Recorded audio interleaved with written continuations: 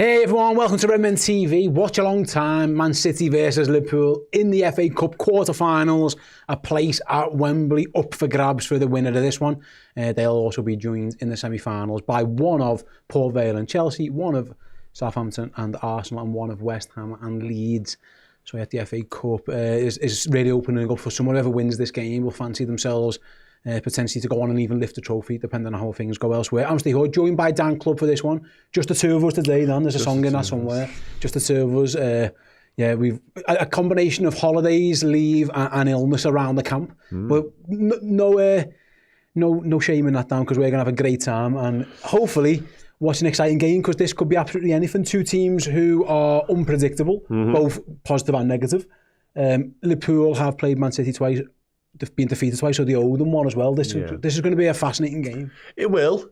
Hopefully an enjoyable one as well. I'd be lying if I said I wasn't approaching it with some trepidation, I think, from a Liverpool fan perspective. Obviously, you mentioned our record against Man City. We've said, by and large, throughout this campaign, when we have obviously had difficult times, difficult spells, difficult runs of fixtures, difficult results, we've often said, we save ourselves for the big occasion against the better teams. We've actually done okay. I think we're talking about Arsenal, obviously the Real Madrid game, sort of in isolation there, but Man City have proved a real tall order. So, again, I think when the draw came out, not just for this, but for the Champions League as well, which follows, I think we all kind of went, that is the worst possible. Even if this would have been at Anfield today, you approach it with a completely different mindset, completely different hope and optimism. So, scrambling round for reasons to believe we can do it. But ultimately, we're still a high-quality football team with lots of good players. And we do have, quality in us, and we do have abilities to win games of football. So let's wait and see. But it's going to be a really, really tricky one, especially off the back of pre-international break when City obviously buoyed by their Carabao Cup win. Us, not so much. So, nasty one. Listen, the draw hasn't always been kind to us here, has it? You're probably the toughest. I'd have actually felt more comfortable going to Arsenal than I do going to City, even though Arsenal, Arsenal are the best team in the league at this moment in time. It's just this place, our record at the Etihad is shocking. We've been okay even recently at the Emirates. Even this year, Liverpool drew, but they were the best. We found a way against Arsenal, it feels like, both times so far. We've actually sort of managed to negotiate and work out how to play them. We're yet to really do that with City this season, so it's going to be interesting to see what Arne Slot's got up his sleeve in terms of system, in terms of personnel.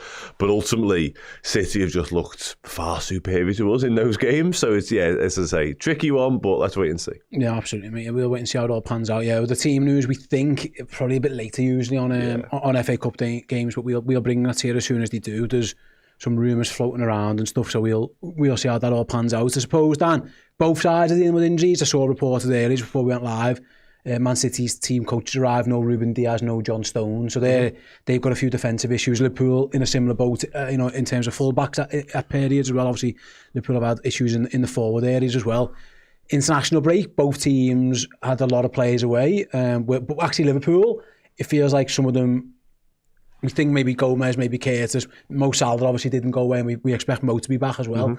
There is an argument made that Liverpool might be feeling a little bit fresher. And obviously City had that big game, didn't they, in the cup final as well. So there might be something slight in there, but it's only going to be slight. Yeah, no, absolutely. I think that they're the sort of things we are clinging on to, aren't they, in terms of hope. Maybe we have had slightly less disruption to what would be our usual preparations. And obviously, in terms of who we've got available to us today, we do look a little bit stronger in that sense, in terms of that. So, there's definitely hope in there. Obviously, we now know, of course, Mohamed Salah. This is the first leg, if you like, of his long farewell tour. So I think I certainly am sort of looking towards him as maybe a bit of inspiration, and maybe we'll see something more resembling the real Mohamed Salah between now and the end of the season, because he will want more than anybody to ride off into the sunset with a trophy and a medal or two under his arm. So, I think when you do look at the respective teams and the respective injury lists, I think we are in just ever so slightly better shape. So that's good news. But again, I'll come back to it. This is still a Man City side that possesses loads and loads of quality and has really sort of had the wood over us in terms of the two games we played so far this season. So not loads of reasons to feel like we're going into this anything remotely like favourites. But again, there are definitely options that we have that maybe they don't. The Salah thing's going to be interesting, like I say. We know it's the final time he's going to be facing Man City for Liverpool. He's played against them 24 times. He's done okay.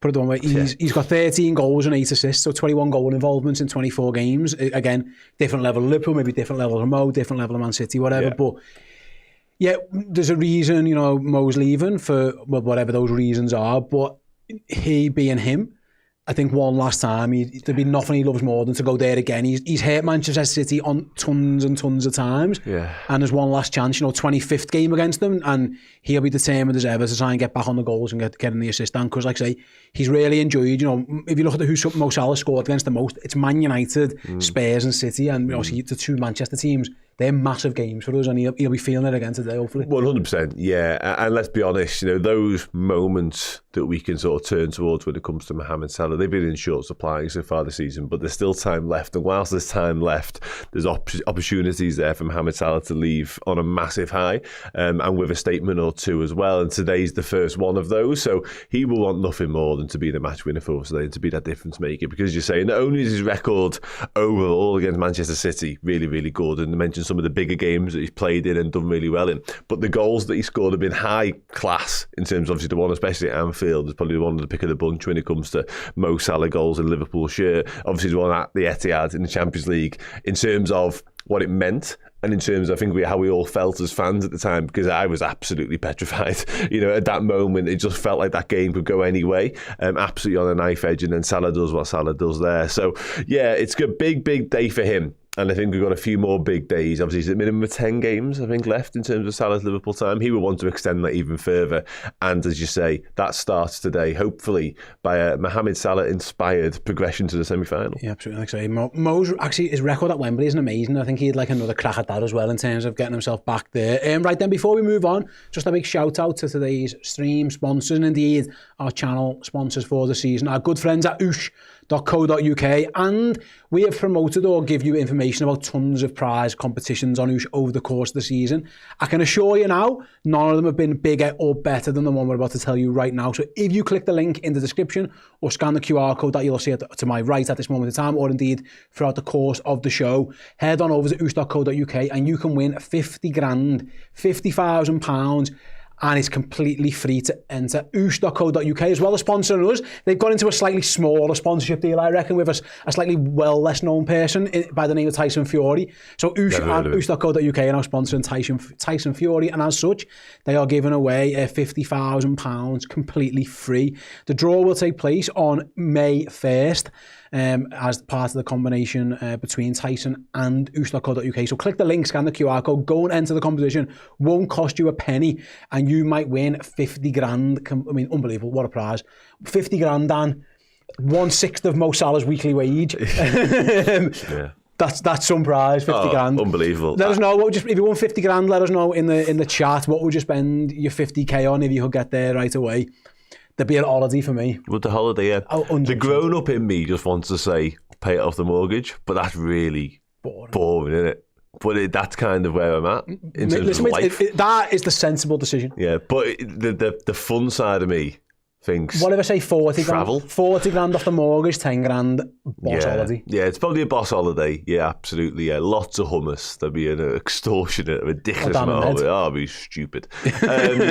And yeah, probably I've always wanted and longed to go back to Australia. So with that kind of cash influx, I'd probably be heading back to Oz in some capacity. Yeah. Oh, nice. Yeah, I think I'd be jetting somewhere as well. The kids would be desperate for Disneyland, so maybe I'd do that for them. Yeah. But then do something for us as well. Yeah. A bit of both. You'd have to after Disneyland. Yeah, I'd be tired. See, well, what I'll do, how about this?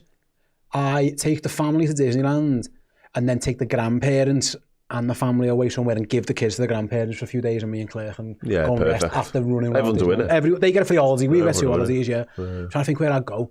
So I've never. You like Greece and like I love Greece. Those sort of. Oh, mate, I do love the Med region, Turkey, Greece, Cyprus, all those regions. They don't all like each other, by the way. But I'm neutral. I'm neutral in those conversations. Yeah. Southern Italy, fantastic. Yeah, absolutely fantastic. So yeah, that'd be me. I've never been to Australia. It's the travel that puts me off. Yeah, that's why. But if I've got 50 grand, I think first class job, innit? Well, not just that, but you can go for the amount of time that it warrants, because you've got to be there for long. If you're there for like a week even, that's not long enough, because you spend the first 2 days getting over the jet lag, acclimatising, and then by the time you have settled and you start to enjoy yourself, you're coming back home. So yeah, it's got to be at least 2-3 weeks, I would have said, and that's a lot of money. Hence the not going back since I lived there all them years ago. Yeah, first class as well on the way. So go and get yourselves involved. Oosh.co.uk giving away 50 grand for free at the start of May. What a prize that is. Got a super chat here from Davey. Steve, I just want us to win. That's good. But part of me would like us to get smashed. Do you understand what I mean? I'm just over this. I want Zabi next, but Stevie in for PSG. No, I don't understand what you mean. I'll never understand what we want Liverpool to lose. If Liverpool lose and something happens with the manager, then fair enough. But no, I'm not going to sit here and want us. I'll never want us to lose, really. No. There's been games where I've not been asked, like certain cup games or whatever, going fine if they lose, whatever. But no, I'm not there. And also, the reporting on the head coach is he's going nowhere. By all accounts, that wouldn't change a thing anyway.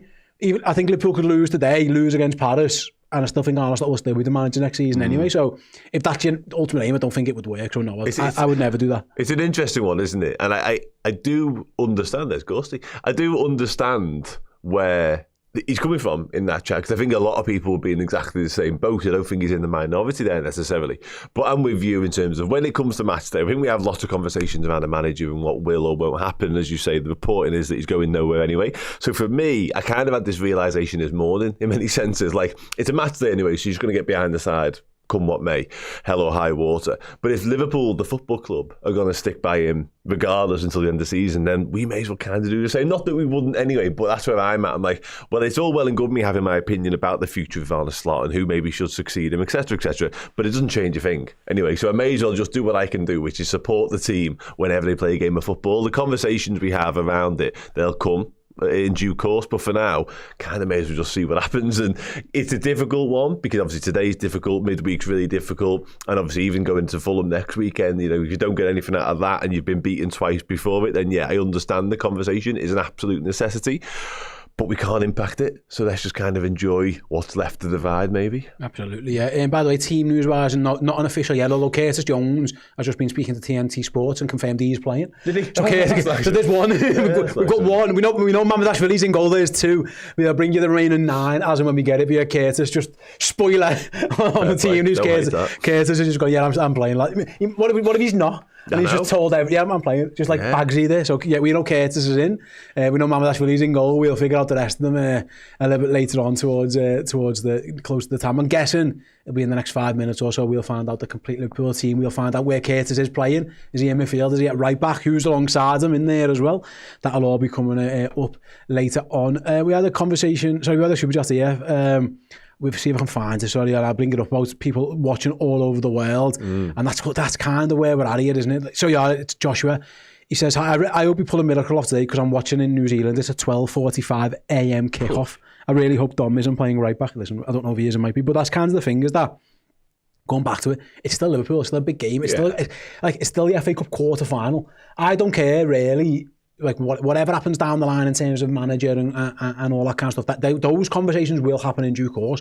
I still would quite like Liverpool to win the FA Cup. To win the FA Cup, Liverpool have got to beat Manchester City, and that's all that matters to me today. Yeah. It's going to be really tough, really, really, really tough. But I think if Liverpool can scramble 5th place and the FA Cup, it's been a bad season, but it's been a palatable one just about. So I'm the same as you, Josh. We're all here for a reason, and I go back to it. This isn't the best Liverpool versus the best Manchester City that we're used to seeing probably 5 years ago, you know, those times. Yeah.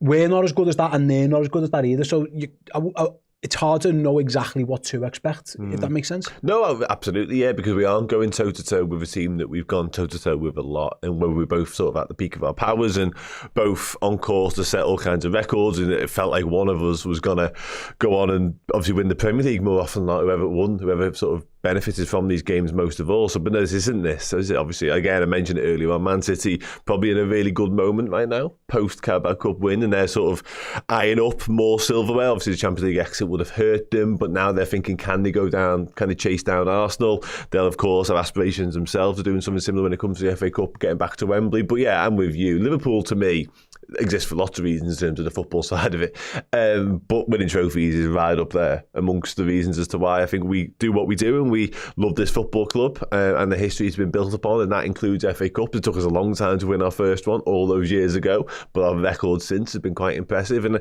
I'd love nothing more than Liverpool to win the FA Cup. What that means in terms of Arne Slot's future is kind of by the by to me. I come back to it, I said it a minute ago. I get why people would be thinking I'd almost rather it all fell to shit, because that would mean he's got nowhere to turn, and the conversation around the manager when it comes to FSG and the hierarchy is amplified all the more. I do understand that way of thinking. I don't agree with it, but I get it, because I think people are concerned that a fifth place finish, like you said, and winning the FA Cup, as mad as this sounds, papers over cracks, and we go again with Slot, and maybe come October he isn't the right guy anyway. So I do understand the worry around that, if you like. But yeah, for me, win all the games of football, and then we'll deal with whatever comes next. I'm just a big fan of Liverpool winning trophies. Exactly. Yeah. That's what I'm here for. I love it. Yeah. The finals are the best, semi-finals. Who's in the managerial seat is almost... The cross division we get to it. Like, we'll find out. Again, it's going to be a really tough game and there's no guarantees. Liverpool, the difference is Liverpool haven't played well recently, and therefore there's been games where they deserve to get beat. You can play well against Man City and still lose. So that's why it's so tough. We have to improve the performance level and then hope that it's enough, and hope that maybe they have a bit of an off day. Hope somebody, has a bit of magic in them and all that kind of stuff. So it's going to be difficult. What I would say, I think at the game at the Etihad, they dominated us for a long time, but we had a goal ruled out for absolutely nothing. Absolutely. And then at home, it was Liverpool winning. And listen, it was a worldy free kick, but Liverpool stayed in the game until very late. Yeah. There was a lucky ricochet of a ball that fell to Bernardo Silva, and then a crazy penalty decision by Alisson. Yeah. So it was how we reacted post going up that really annoyed people. Yeah. Our approach, game management wise, when we did get the lead, was just. So although we have lost to City twice this year, it's been the margin. Listen, I think in the Etihad they battled us and they deserve to win, but the margins at times have been tight, and if they're tight again today in what is a cup game, you never know. If there's extra time, there's penalties, you'll see how it all pans out. But listen, I'll be lying if I said I expect Liverpool to win, but there's more, it's hope rather than expectation. But listen, we're here for it. If you can't hope, then what are you doing? Yeah. You might as well just go and, I don't know, what else is happening on a Saturday afternoon? It's Easter, you go and do whatever you want to do. Still wait for the official team to come out. I don't think it's out. I think we do have it. Yes. Are we over? Yeah. Let me see if I can find it. I can see a few accounts. James Pearce is definitely... Oh, James Pearce. So James Pearce has released it. That's as good as it gets when it comes to official. JP's released it before the Liverpool website's released it. That's fine. Shall we go? I'll find it. I'll get the official graphic up in a minute. And I only say that because I need to bring it up on the screen so Dan can leave without walking right across the shot. So as soon as the Liverpool official account tweets, I've changed my stance. You might notice. You've opened up. I've opened up. Oh no, they've done it. They've done it as a video. Oh, Liverpool, what are we doing? Why have they done that? That's horrendous. Right, I'll go to our good friends at This Is Anfield. They'll bring it to me instead as a graphic. So while we bring this, can we bring the graphic up? We might not be able to... We'll find out. No? We'll have a look. We go on, Dan. We'll have a look. Run. Can't slides. Oh no. He has as well. Slides and socks as well, ladies and gentlemen, for Dan Club today. So there, look at that, perfect. Hello. Smooth as anything. There's the Liverpool team. I was going to read it all out, but Dan, even in his slides and socks, has managed to get himself over there. Right on time. So, Dan, do you want to bring us the Liverpool 11, or do you want me to... No, you might need to talk me through the bench when we get there, but I think the 11's right. Am I right? Yeah, I think I'm right. Let's do it. Mamardashvili in goal, Joe Gomez at right back, Ibu Konate, Virgil van Dijk, Milas Kerkez, a midfield three, kind of, we'll talk about that. Curtis Jones, Ryan Gravenberch, he's already told us, Curtis. Dom Szoboszlai ahead of them. Florian Wirtz got from the left, but again, we'll talk about that in due course. Mohamed Salah, the long farewell tour begins. Hugo Ekitike, and a bench. I don't think there's any Calvin Ramsey, I'm right in saying. No. He's missing. Right, okay, let's change things around slightly. I'll do that in a second. We've got Freddie Woodman, Jamie Frimpong, Andy Robertson, Trey Neone, Alexa McAllister, Kieran Morrison, Ryan Gamoa, Federico Chiesa, Cody Gakpo. Yeah, no, Alexander Isak is the one there. No Isak, yeah. There was a bit of talk that Isak might make it, but he hasn't. So yeah, that is the 11.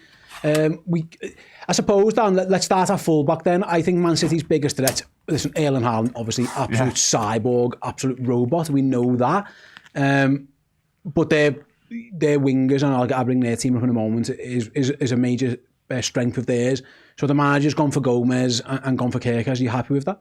Yeah, I am. It's no great shock. I think Joe Gomez won. Obviously, you kind of alluded to the fact that maybe it's with more defensive solidity in mind, because whilst Jamie Frimpong has lots and lots of qualities, the main one, I would suggest, sort of the strength in terms of his repertoire, is getting forward and providing extra width and extra attacking prowess down that side, whereas we know Joe Gomez is kind of a former centre-half converted into a right-back a little bit. He kind of flipped between the two still whenever we do see him in Liverpool colours, but he is an out-and-out defender, so I think that makes sense from that standpoint. With Kirkes, I think we're now at a point, I've said it for a little while now, where I feel he probably is our bona fide first choice left back, so I don't have any issue with him starting any game of football. I think first half of the season maybe we did fast forward the transition a little bit from Kirkes to Robertson. That was just my opinion. Whereas now, like I say, I think Kirkes is game for any game of football for us, to be honest. So yeah, I'm okay with it. They're both going to have to have really, really good matches because, as you say, the threat they pose from wide areas is obviously clear for all to see. So yeah, it's going to be an interesting battle for the pair of them, but I back them. I'm guessing, Dan, you've got that 4-2-3-1 formation behind you. Yeah. To me, mate, that looks more 4-2-2-2. I'd be Salah and Ekatike. Okay. You know, More like that. I think so. Okay. I don't know if you agree. Obviously, Wirtz and Szoboszlai could still drift a little bit further out, but it feels more like he's going to try and do the boxy thing. And he's had success with that against Man City last year at their place. I mean, I might be wrong, and it might be just Florian Wirtz wide left, but it feels a bit more like he's going to go for that. I don't know if you agree with me. Quite possible. My concern, actually, with the makeup of that formation is more Dom Szoboszlai than anything else. I feel like the more central we can get him, the better. And the same applies to Florian Wirtz, actually, because obviously we know he looked $1 million away with Germany in international duty. So hopefully we see a little bit more of that Florian Wirtz in Liverpool shirt. I don't think we've seen anywhere near enough of his best performances just yet. But with Dom Szoboszlai, if you do need him to be, especially with Joe Gomez, who isn't going to be quite as adventurous from right back, if you do need Szoboszlai to supply some of the width out here, and Salah is going to stay somewhat inverted, the lack of or the loss of his lung power and his energy in the centre of the park concerns me. I get, obviously, we've got Gravenberch and Curtis Jones in there. No Alexis McAllister there, which I think is a wise decision, given what he went up to in international duty as well. But yeah, that's my only worry around that. If you need him to be a bit more of that, and him likewise, we lose a little bit in this area of the pitch. That'd be just my opinion, though. Yeah, absolutely. What I'll do, Dan, I'll try and get the graphic back up on screen now if we can, and I'll bring you the Manchester City team. Well, there we go. Dan can seamlessly make his way back to the desk. Let's do that. Look at that, smooth as you like, and you'll never even have to see him in the sliders. Man City have changed their goal. Well, they've gone for their cup goalkeeper again. James Trafford is in goal. Back forward, Matheus Nunes, Kuzanov, Gehi and O'Reilly. A midfield three of Rodri, Silva and Cherki, I will guess, with Semenyo and Doku either side of Erling Haaland. So it's a good Man City team, not their best team. Like I say, they've got a couple of injuries, mainly at centre-back, to be honest with you. But yeah, to have injuries at centre-back and still be able to play Kusanov, Gay and have an Ake on your bench. They've got numbers of them, which is good for them. Reinders, Mamouche, Kovacic, Nico Gonzalez, Aït-Nouri, Savinho and Foden make up the Man City bench. So it's a strong City team, a strong City bench. That is 4-2-3-1. Yeah. 100%. Yeah. No guarantee. So we'll see if Liverpool try and match that or try and frustrate it. It goes back to the same thing. We spoke earlier about the wingers, and you mentioned there about Kirkes.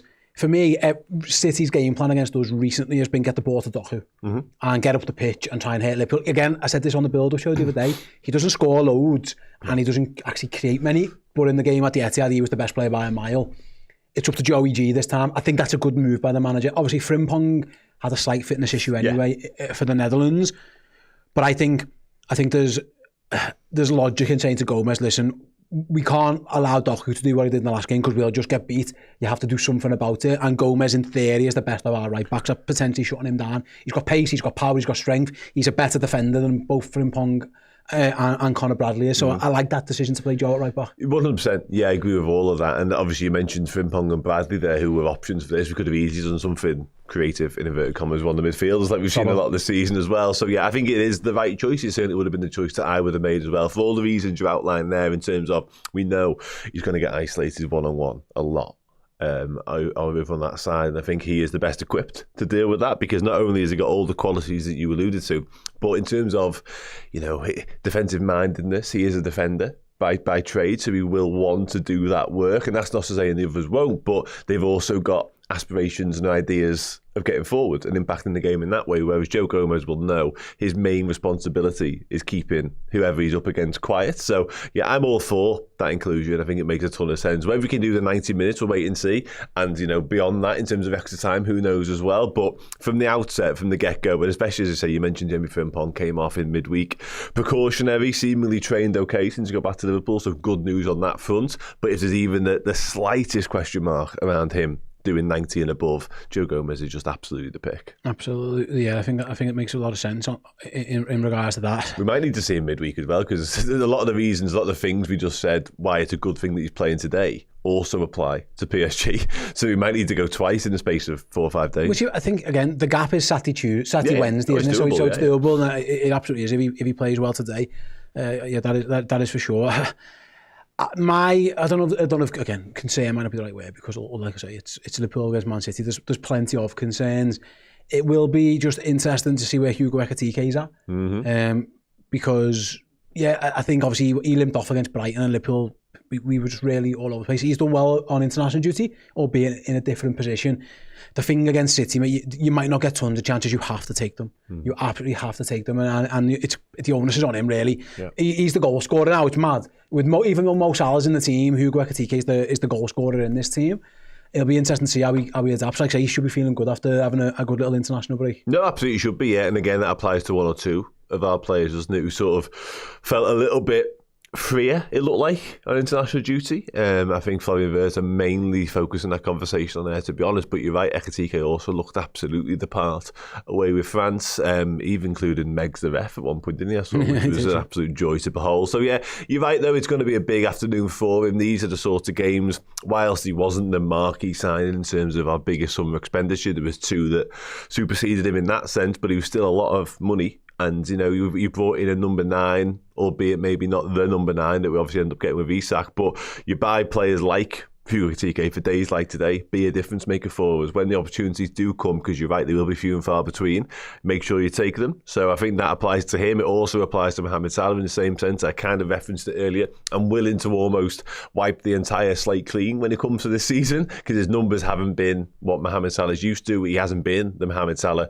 that we've become accustomed to either. But for now, to the end of the season, let's just see what we're capable of, and let's see what he's capable of as well. So yeah, big afternoon for a few of them. And I think if all of them live up to the performances we know they can, then we've got every chance in this game. But 4 below your levels against this Man City side is going to be a difficult afternoon's work. No, I completely agree. I see there's a few people asking about Alexander Isak. Why isn't he available? He's only trained 2 days. Yeah. No rush.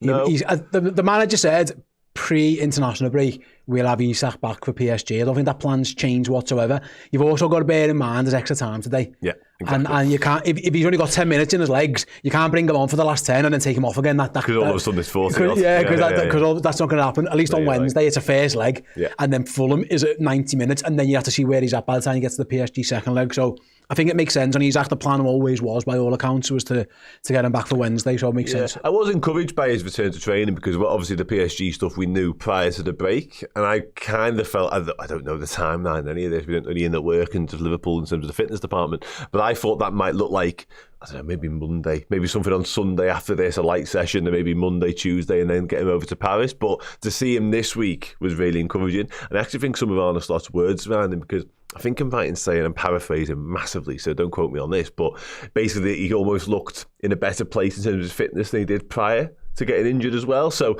that was good news, because we all know that he was getting up to speed. He wasn't anywhere near his usual self in terms of his Newcastle time when he did get injured. So if we can get Isak back, full stop, great. But if we can get him back slightly sharper than what he left, not in terms of his match sharpness, because that will come with games, that's the only way, just in terms of overall fitness, then maybe you can have a telling impact between now and the end of May. Yeah, like I say, it makes sense, I think, for this one. Yeah. Especially, the extra time is the key. You can't, if he's only got 15 minutes on his legs, you can't bring him on, and then you got to do 40, and then there's a big setback. And I don't think you want to be taking someone on and then off again. It doesn't really make too much sense for us. So yeah, I'm sure we'll probably see Alex on the bench come Paris on Wednesday, which again is another massive game, and at least it's one where you can kind of control how long he's on the pitch for certain, pretty much anyway. Having watched City in the cup final, and I think this might go a little bit of explaining why maybe this formation down and this decision where potentially where Dom Sobo is going to play. I mentioned before about Doku and stuff, but it was that inside run of Nico O'Reilly. He inverts, but he doesn't invert into midfield. He inverts into centre forward, and it's a really tough one to go. Well, and he's excellent at it. He's a really good footballer, Nico O'Reilly. I've been super impressed by him for a long time now. Again, that team to me, and although Liverpool have got options to hurt Man City, it does feel like Sobbo's going to be asked to be the man to track that run. You can't let them get it. You can't let them get the numbers advantage. They've already got 3 in there. You can't let them go and make it 4. There's a lot of work on Vert and in particular Sobbo's like to do the defensive duties, if that is indeed the formation, because the last thing you can want is be getting outnumbered by Silva and Cherky and Rodgers just popping it off to each other, and then O'Reilly goes and joins in as well. Yeah, without a shadow of a doubt, yeah. And I think you're right. I think it will fall upon Dominic Szoboszlai to do a lot of that chasing, a lot of that running. Not so much a man-marking job, because you don't see many of them these days, certainly not on Nico O'Reilly, but he is very, very effective at doing that, and he obviously drifts into the space with great ability. So yeah, Dom Szoboszlai will have to be wary of it. And I think, again, I kind of come back to what I said earlier on about, are we getting the best from Dom in asking him to do that? Perhaps not, but it is a necessity. We know, I think you mentioned the fact that the final, that was a masterclass from Pep in terms of stopping Arsenal, getting out, full stop really. And Arne Slot will look to match that and obviously find our own ways of hurting them on the flip side of it too. And I think Szoboszlai will be the key from a defensive standpoint. I think you'd allow Florian Wirtz a little bit of a pass if you possibly could. Listen, it might be all hands on deck. You might have to roll up your sleeves and put a shift in for us as well. But the ideal scenario is we've set up in such a way, and whenever you think of Arne Slot and his managerial credentials, like his tactical acumen is generally excellent. Like it is, that this is a bit of the meeting of minds when it comes to football. It wasn't so much the case when it comes to Pep and Klopp. That was very much a clash of styles, but it was just great entertainment. This is a slightly different encounter. But yeah, Szoboszlai is going to be asked to do a lot of the dirty work. And like I say, hopefully that allows Florian Wirtz to just get on the ball a bit more and express himself, because again, we haven't seen anywhere near enough of his brilliance just yet. Yeah, no, absolutely. I say the Wirtz thing. I think, by the way, this was always the game plan to play 4-2-2-2. Yeah, it just Isak got injured. He likes this against City, doesn't he, as well? I just think he either went with the full stop. I just think the plan was always Ekitike and Isak, and then that's why he wasn't that bothered about benching Mo Salah at some point as well. It was just all this is what it was going to be, or a combination of it. Do you like the formation? I think there's pros and cons. Yeah. I like the fact that Wirtz and Szoboszlai are closer to the goal, central. It just leaves you. It can be narrow. I'm looking at Joe Gomez when I say that, because without Frimpong there, or Bradley for that matter, it does feel. I like the formation. Yeah, you're right. What Gomez will do, to be fair to Gomez, he'll get up and down. Yeah, he won't do loads when he gets there. So no. I think this is the manager's ideal formation going forwards, and I think next year this is what we'll see. But it'll be Kerkez and Frimpong, or Kerkez and Bradley, or another left back. Because I think this is Andy Robbo's last time, and the width is going to be provided by the full backs. Because there's no point buying Florian Wirtz and sticking him left wing. Like that just makes no sense. We probably need this is a different conversation entirely, so forgive me. But you probably do need. We've been crying out for, I think, a 6 for a while. You probably need that even more so if you do go with that formation. Because I like Curtis Jones, I like Van Gravenberch both individually and even as a double pivot. I'm not against it. Same with McAllister, but I do still feel like we need someone more defensively minded in that position. Yeah, but I do think that's the idea. And actually, that kind of answers the super chat we have from Creo Skeptics, who says, you think Slot will change his tactics if he stays? I think this was the plan. The long term. I might be wrong on that, because actually nothing else really makes sense. The signings don't really make sense unless this was the plan a little bit, but I don't know. Sorry to go again on this, but I do wonder with Florian Wirtz, because I don't think that's his best position. He's a 10, though, isn't he? No, but he's not playing as an out-and-out natural 10 in this, is he? He'll be in that area at times, fleetingly, but you don't get enough of him in the role that he loves playing in. I know he kind of drifts over to that side anyway, so it's not kind of counteracts what I'm saying here, but I think in an ideal world, he is playing as a solo 10 that just has license to drift over to either side. Wherever the game's getting played, he can then move into that area. I'm not entirely sure we get the best version of Florian Wirtz in this formation either, personally. I remember it was a Frankfurt away, it was similar, and he did what he wanted anyway. Yeah. I think that's the idea of Florian Wirtz, is that you just say to like Jones and Gravenberch and Kerkez, do his work. Yeah. If he vacates the area, tough shit. Okay. Like that, you're going to have to deal with it. But again, I love Florian Wirtz. I think he's a fantastic footballer. He has struggled a bit this year. And I think he's struggled actually more with the physicality of the game than anything else. In Europe, he's been pretty effective for the most part. His better games, although his best game was Sunderland away, which was a bit of a gritty one. But it hasn't exactly gone swimmingly for him. This kind of game today, if City are what City always are, the tempo is going to be so high, and that's up to him. Figure it out. Like that, at some point now, you've got to be able to figure this kind of stuff out. And just let you guys know about the day here at Redmen, then for the next few hours at least. In a few moments' time, I'll have a quick break, after which Dan will be in the hot seat with the first part of the Fan Interactive show.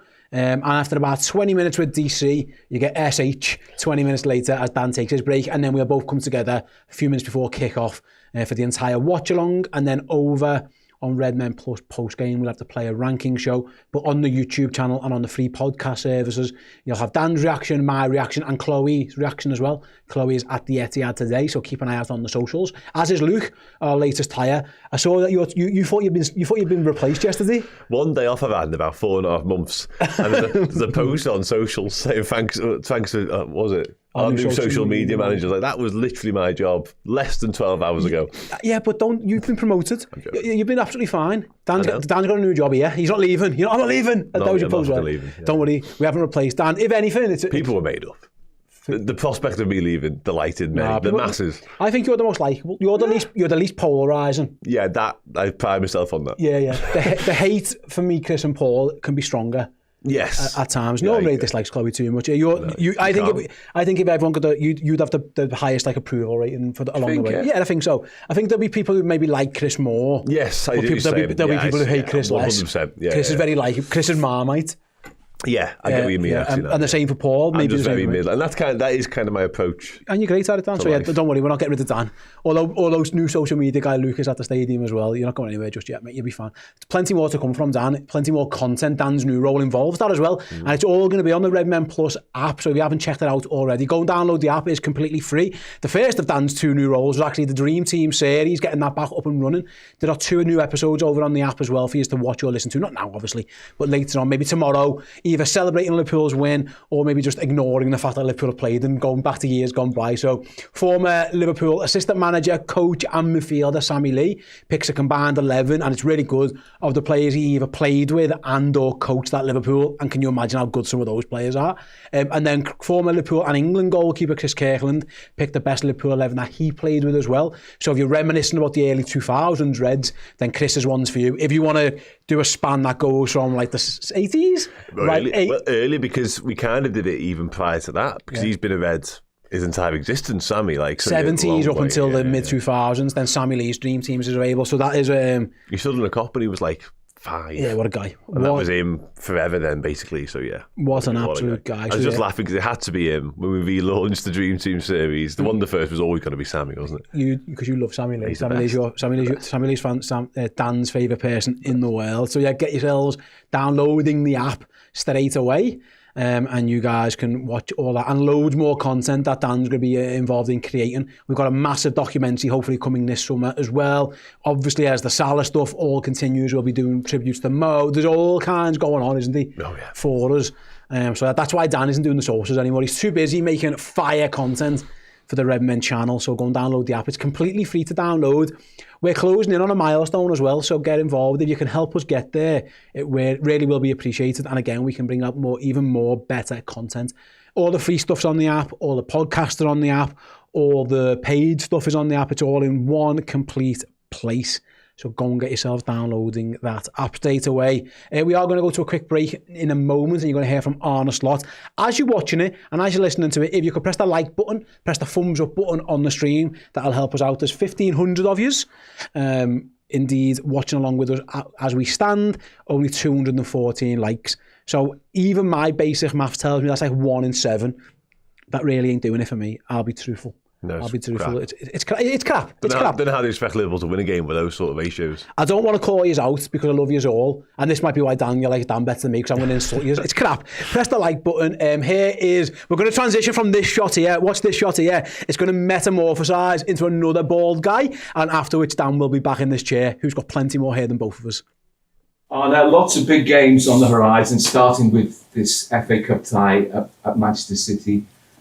What is it about the big games, do you think, that seems to bring out the best in the Liverpool players? If you just look at this season, and I know lots of things haven't gone your way, the game against Real Madrid, Arsenal, home and away, even the Manchester City game that you lost at Anfield, you played really well and could easily have won it. So what is it about these big occasions that does seem to enable the players to play with maybe a bit more freedom?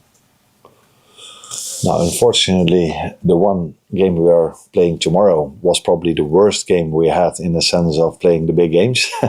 We lost there 3-0. Of course, there were referee decisions involved in that loss that made it harder for us. But they were much better in the first half than us.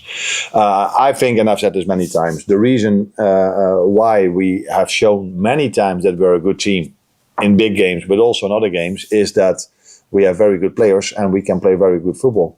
It's been very hard for us and a struggle for us to play the amount of games. So every time after a good game, even the City game, we played 3 days after we played Real Madrid. And that has been our biggest problem this season. Struggling after playing after a good result or a bad result, so many games. That has been the biggest issue for this team. And not the games on itself, because we've shown that we have quality players and we are a very good team. But the amount of games have been our biggest issue.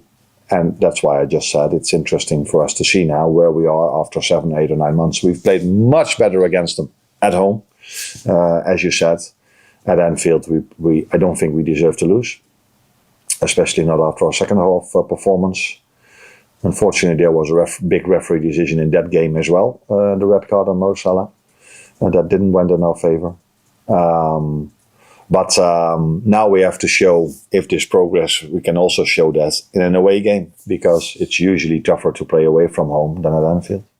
Hello, everybody. Welcome back to the Redmen TV. As you can see, I've placed a positive comment on the screen there. Thanks for some of the positive comments we received during that Arne Slot chat. It's much appreciated, and we try our best here at Redmen TV. We really do.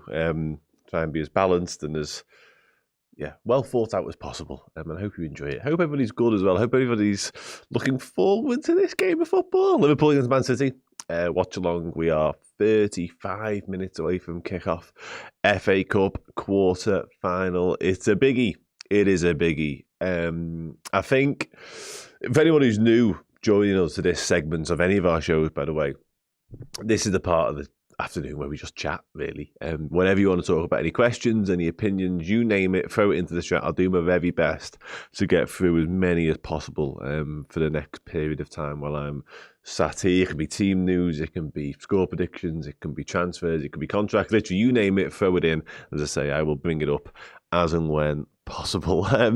Plu, I adore parsnips. So if that is your standalone reason for liking me as a human being, then I'm sound with it, because it is a large portion of my personality relates to food. Parsnips and hummus. I've been happy without footy. Hopefully no more misery. Yeah, I was kind of gearing myself up and prepping myself for saying this actually a second ago before I got sidetracked by the parsnip stuff, because I'm almost at a point now, and I came to this realization earlier on today, that it's been crap. Let's be honest, it's been pretty crap. We've been into the minutiae and all the details as to why maybe it's been crap, and there's been some high points along the way, but by and large, it's been not what we anticipated, not what we expected, not what we hoped this season. But I'm now kind of at a point, and it stems from where we are in terms of the season, in terms of obviously now in the business end, very much in the running, and it stems from a lot of the reporting actually around the manager, because we've had so many debates and so many conversations around, is he the right guy to take us forward? You know, we're all sort of, and last weekend when Klopp was back in town, it kind of triggered loads more conversations and like a proper character assassination on Arne Slot. And I understand that, because I was in his presence and I felt what we all felt. It was like, okay, this is what we've longed for, this unicorn of a human being that we can all cling to, and he just gives us so much joy. So I understand it. But I'm now at a point whereby I think, well, Liverpool aren't going to sack him. FSG aren't going to pull the trigger on Arne Slot. So let's just kind of go for it a bit. And I think we can almost forget what's gone before. We won't forget it, but I think for the time being, we can just park it, put it to one side. It's been shit, it's been miserable. But now we know Mo Salah's going to leave. We know we've got an FA Cup quarterfinals today. We've got Champions League midweek. We've got the running in terms of the Premier League. And it's ugly because we don't want to be having conversations around top 4, top 5, but we are where we are. It's a shit thing to talk about, but it's the reality of our situation. So I'm just willing to just go, well, they're going to back him. So what? I may as well back the team. Because what else am I going to do? You know what I mean? What else? And if it all falls to shit, then we'll have the conversation again around, is he the right guy? But for the here and now, for the time being, let's just carry on regardless. But yeah, hope I've got that off my chest now, and hope you will feel somewhat the same. But if you are absolutely adamant that he's not the right man for the job, and that's your now entire sort of existence as a Liverpool fan. Sound, I'm not going to argue with it because I also understand that as well. Told you I was balanced.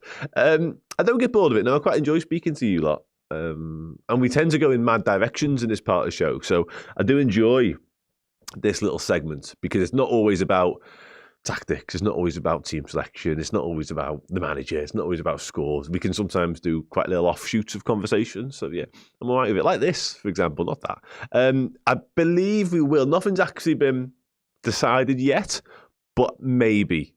I might have gone too soon on that. But yeah, I think we will be. I certainly hope we will be.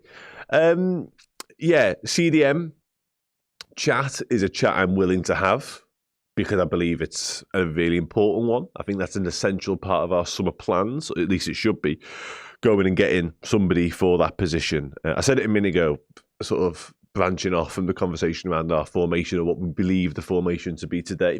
I think that is then leading us to a situation where we need somebody more defensive-minded in our midfield ranks. Now, Endo exists, but currently injured and never really been in favour, never really had the full trust of Arne Slot, so kind of not. I think somebody like Adam Wharton, who's a ball-playing CDM, deep-line midfielder 6, however you want to frame him, I think he's tailor-made for us, and ultimately, I'm just a huge fan. And people will have conversations. I know Camavinga's been on the conversation agenda this week.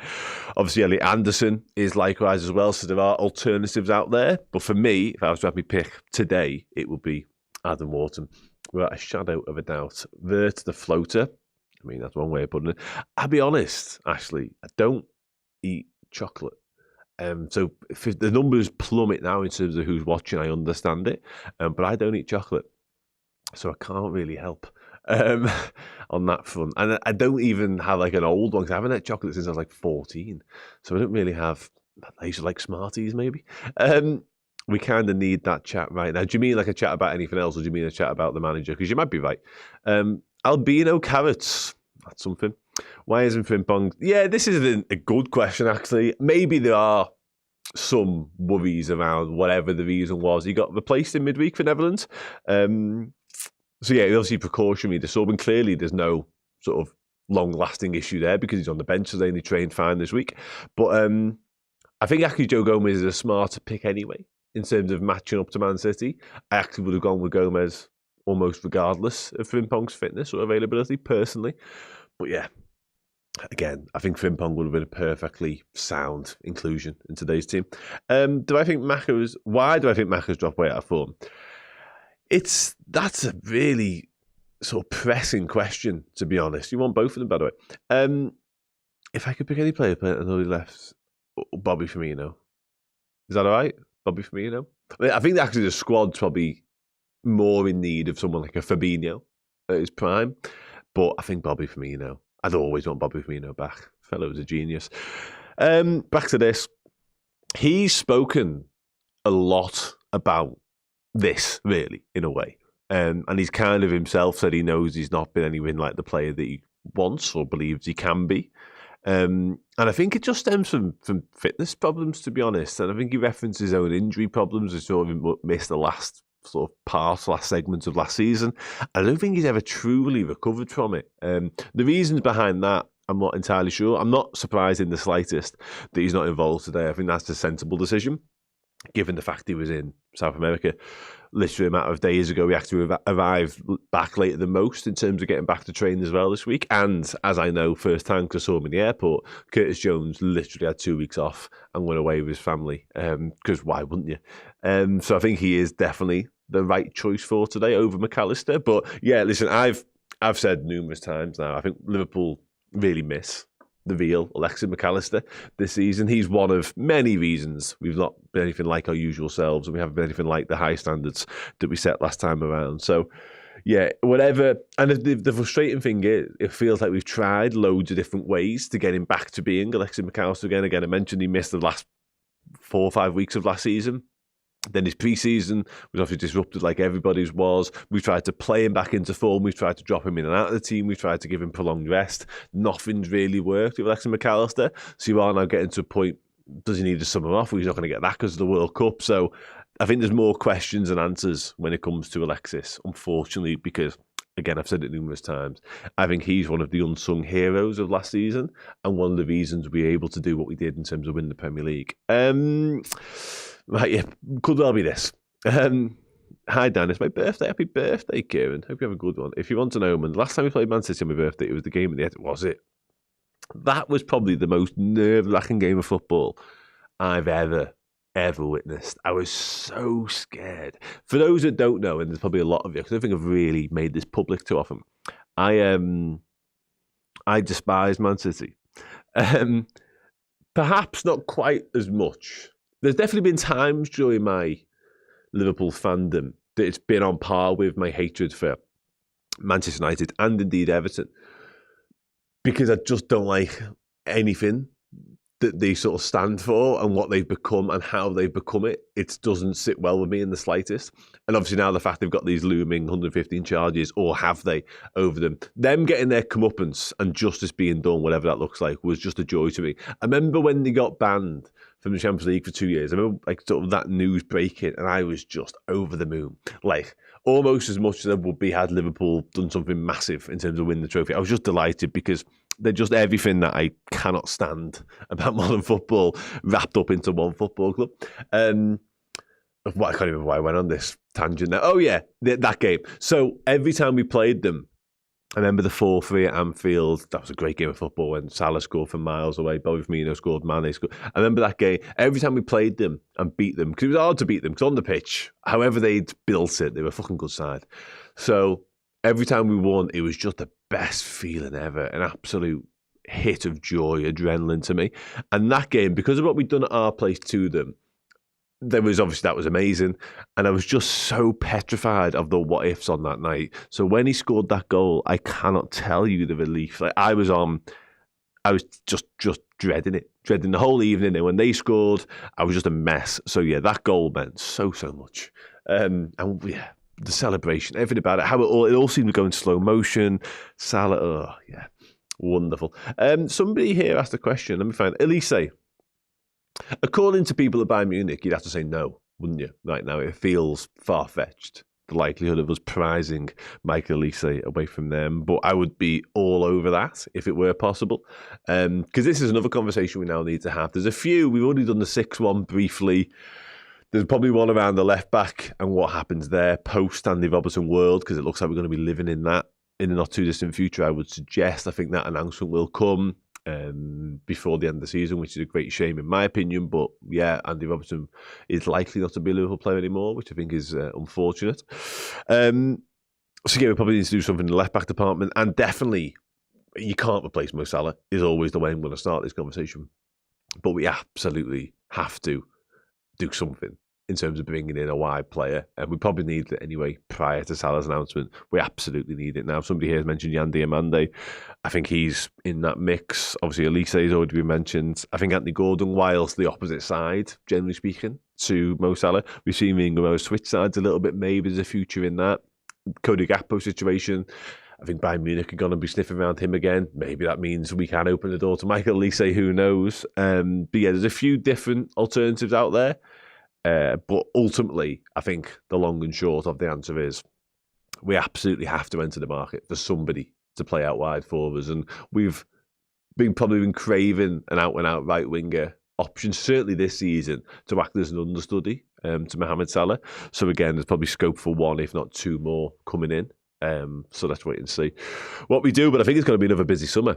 Not just in terms of recruitment, in terms of footballers, but maybe behind the scenes as well. Obviously, there's the manager conversation, there's even if it's a huge conversation. And lo and behold, there's a Michael Edwards conversation being had because Liverpool have abandoned the multi-club pursuit. And I think we all are aware that was one of the driving factors behind Michael Edwards' return to the FSG fold. So, yeah, going to be a busy one. Look forward to reporting on all that from Nashville. Good question. Elise would probably be top of that list, I would say. I think in terms of sort of plug and play, I think there's nobody better out there. I've not seen tons of Diamande. I've liked what I have seen of him, truth be told. Short of those two, yeah, do you know what I do like a lot? Junior Krupi from Bournemouth. I'm a big fan. I think there's a player there Again, probably it certainly isn't like for like when it comes to Salah, but just in terms of forward options, I'm probably going to shift the way we play anyway. So who's the? Let me just double check his name because it's completely escaped my mind. Bournemouth. I'm going on a very Bournemouth feel here, as you can tell. What is his name? He only signed like in the summer. Is it Rayan? Is it Rayan? Is that right? Yeah, it must be, yeah. I think he only signed last summer, didn't he? But I've been serious. I've seen like 2 or 3 times. So again, not a huge body of work to go off, but I've been seriously impressed with him. And I think he does predominantly play from the right-hand side as well. Let me just double check that. Only 19. But he looks electric. Like loads, really rough around the edges. Loads to work on, I doubt. He's only played 9 games. He's only played 8 Premier League games, actually 2 goals, 1 assist. But just in terms of projects, I think there's something really exciting there. But again, just because he has the short amount of time that he's been in England will be quite a complicated one to do. I'm not sure Liverpool would pull the trigger on that move necessarily just yet. But who knows? Richard Hughes may have prior knowledge of him. It might be somebody Bournemouth have sounded out for a long time. So, yeah, he'd be exciting. And this is another consideration, I think, in terms of Liverpool were very, very staunch on the idea of not blocking the pathway of Rio Nguema last summer. I'm not entirely sure why that would have shifted, per se. Again, if Cody Gakpo was to be on the way this summer, that would open up the door for somebody of an older age or even Rio himself to take that shirt, which I think a lot of us are clamouring for anyway. Barkler is another one. Somebody here mentioned Doué. Listen, in an ideal world, you're probably just going with Kvaratskhelia. And I know he is very much the left winger, but sensational. Who would yours be in the chat, everybody? Who would your preference be? Diamendi's played across the front 3. I think it's worth mentioning. I'm not quite sure exactly how that's sort of been divided. I'll just check now while I'm talking. But I know he is capable of playing. And that might be the route Liverpool go down as well. Because again, I think we are going to see a shift. We've signed 2 out-and-out centre-forwards. I know there's some conversations, some suggestions that Ekitike may move across to the left if we stick with similar types of formations that we've seen this season, whilst Isak becomes the central one. And yeah, that might well be how it kind of happens. I can definitely see some merit in Ekitike more on the left because he has all the hallmarks of somebody who played over there. Here we go, got Diamande. This is just from this season. I think it's right. It's just completely stopped scrolling. Here we go. This season, he's played 20 times the right winger and 8 times from the left. And in terms of the balance of his numbers, they are a lot better from the right. So whoever said he should be playing on the right is absolutely bang on the money because from those 20 games, 11 goals and 6 assists from the right-hand side and just 2 assists from the left. So I think I know where his preference may well be. So probably there's more scope for him to be the option. Somebody here says Elise Diamande and Barkler. Yeah, somebody else mentions Kvaratskhelia. What a footballer. I don't know what that's in reference to. I'm sorry. We've gone down a few different conversation pathways since that probably made sense. So forgive me. Pace on the wing and workhorses in midfield. Yeah, I think that's what this squad's lacking in absolute bucket loads, to be honest. I think the pace on the wing thing in particular. And again, if we do persist with this 4-2-2-2 formation, your pace on the wing actually comes from your wing backs, although they'll be wing backs by name, not necessarily by nature rather than by name, because they will be playing as part of a back 4. But I think Kirkes and Frimpong, especially, are primed to be that, and those guys being the width offerers. But I do still think this squad, in a post-Mo Salah existence, will need wingers, because not every game is going to go according to plan. You're going to need to be able to switch things up a little bit from time to time. We've seen Arne Slot, and whether he's the manager or not, another conversation entirely, but we've seen him adapt in terms of his formations, in terms of his approach. So I do think we need a squad overhaul somewhat in the summer that would absolutely contain a couple of wingers. Right, are we okay? Are you coming in? Are you replacing me? Steve Hall's going to replace me. Are we doing a break, or are we doing this seamlessly and I'm just going to jump out? Yeah, go to a clip. We're going to a clip. Unbook clip. Goodbye, everyone. For what it's worth, City aren't in great form. Like, I know they beat Arsenal in the final and were excellent against Arsenal, but before that, Real Madrid had just knocked them out the Champions League. They had poor results against the likes of West Ham and stuff. Like, City are not in any massive shakes either, but a little bit better. We need to give them something to fear. We need to get them fans up. The problem is we've struggled to do that this season. Like I said, we need Slot. we've had Liverpool teams that have been in the positions that we're in now. The issue is the football and the brand of football. If we can do something a little bit different tomorrow to get the fans up and to put to back City into a corner a little bit, anything can happen. Like I say, for what's worth, I know they beat Newcastle, didn't they, City in February, but then at home, actually, they drew to Forest and then got beat by Real Madrid. Like, their home form hasn't been amazing. And Luke, going back to what Luke said there, Ian, that place isn't known for its atmosphere, really. It can get up. I've been the Etihad on big games, and it can be that. But at 12:45 on a Saturday, and with an extended away allocation of £8,000, that might be £8,000. £8,000 fans. Prices have gone right up. Yeah, geez, it wouldn't shock me with the way the prices are going up. But 8,000 fans, rather, that could be something Liverpool tries to harness. Can you do something there where you can quieten them?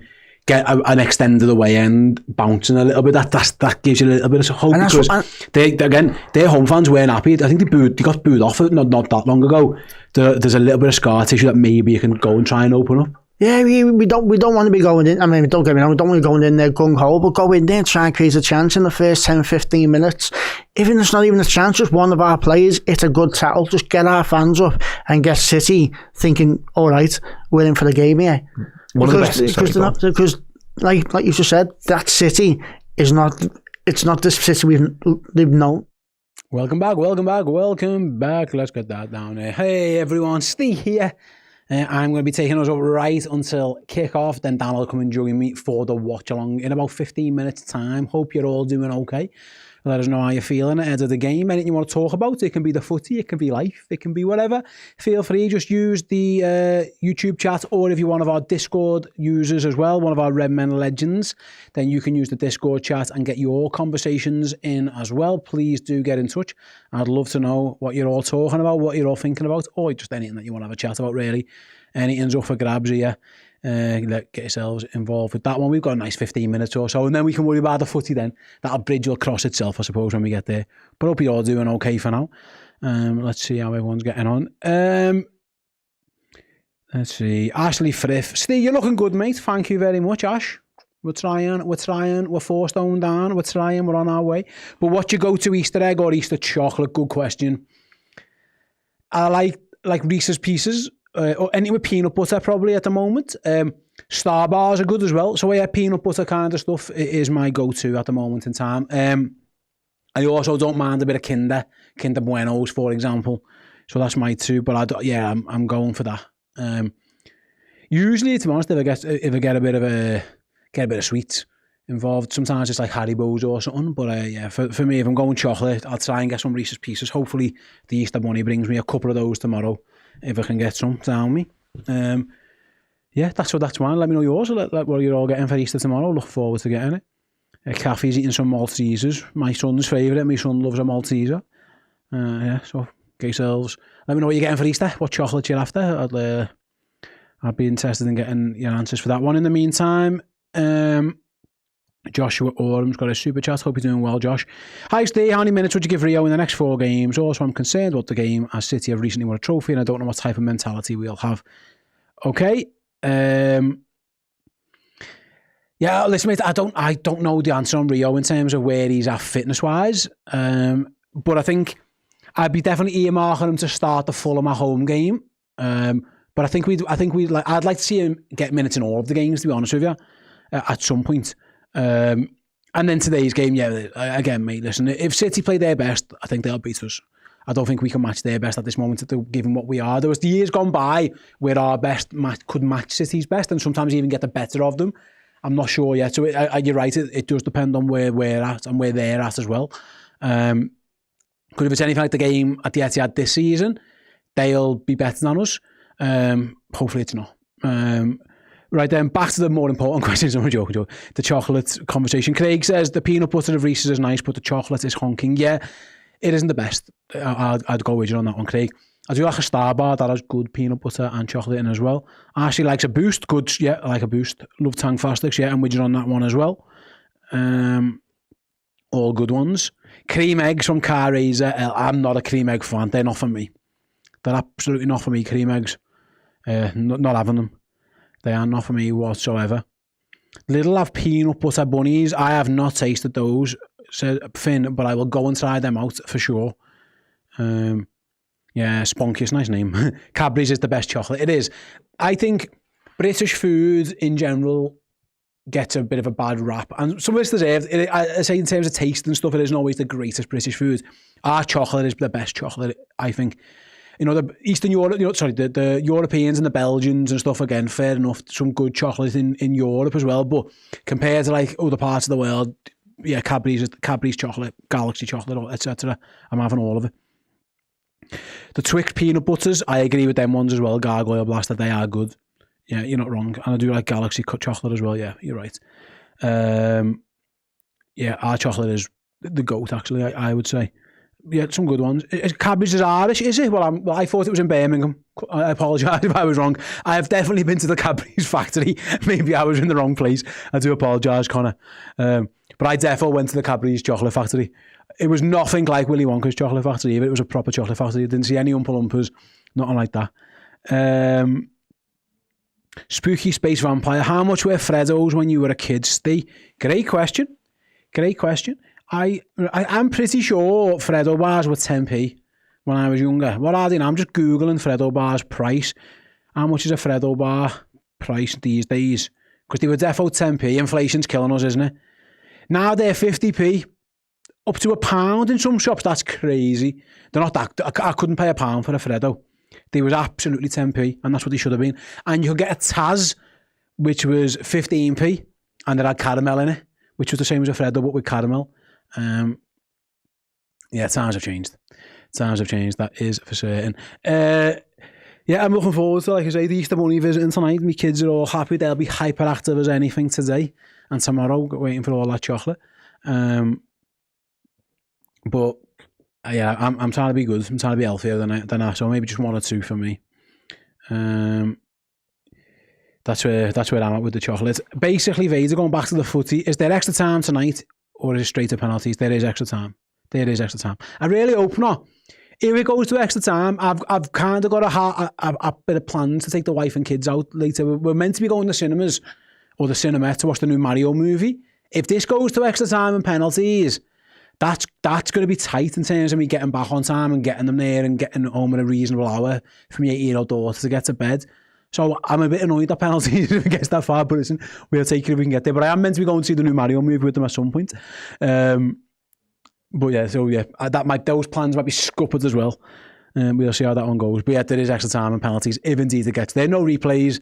It isn't straight to penalties like the League Cup was in the early rounds. There's 30 minutes extra time period as well. You know that Chelsea went to extra time, of course, with Wrexham in the previous round.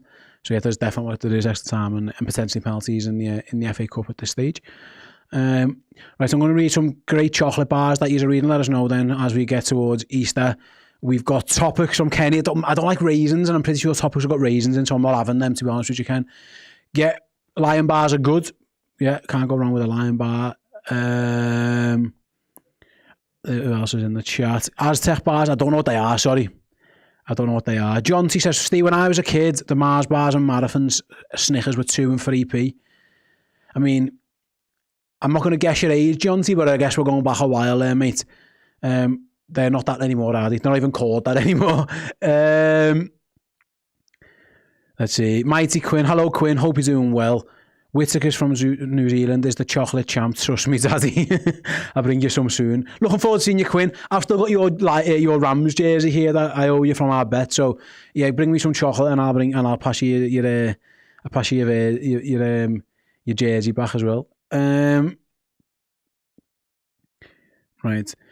Wimpy Vlog says, I'm sorry, Steve, but an Englishman living in France and saying English chocolate is the best is like Everton. Insane. Their team is the best. Everton fans saying their team is the best. It just isn't. Actually, I disagree. I've travelled a lot. I don't mind like the European chocolate best. I still am. I must admit, I still go to Cadbury's.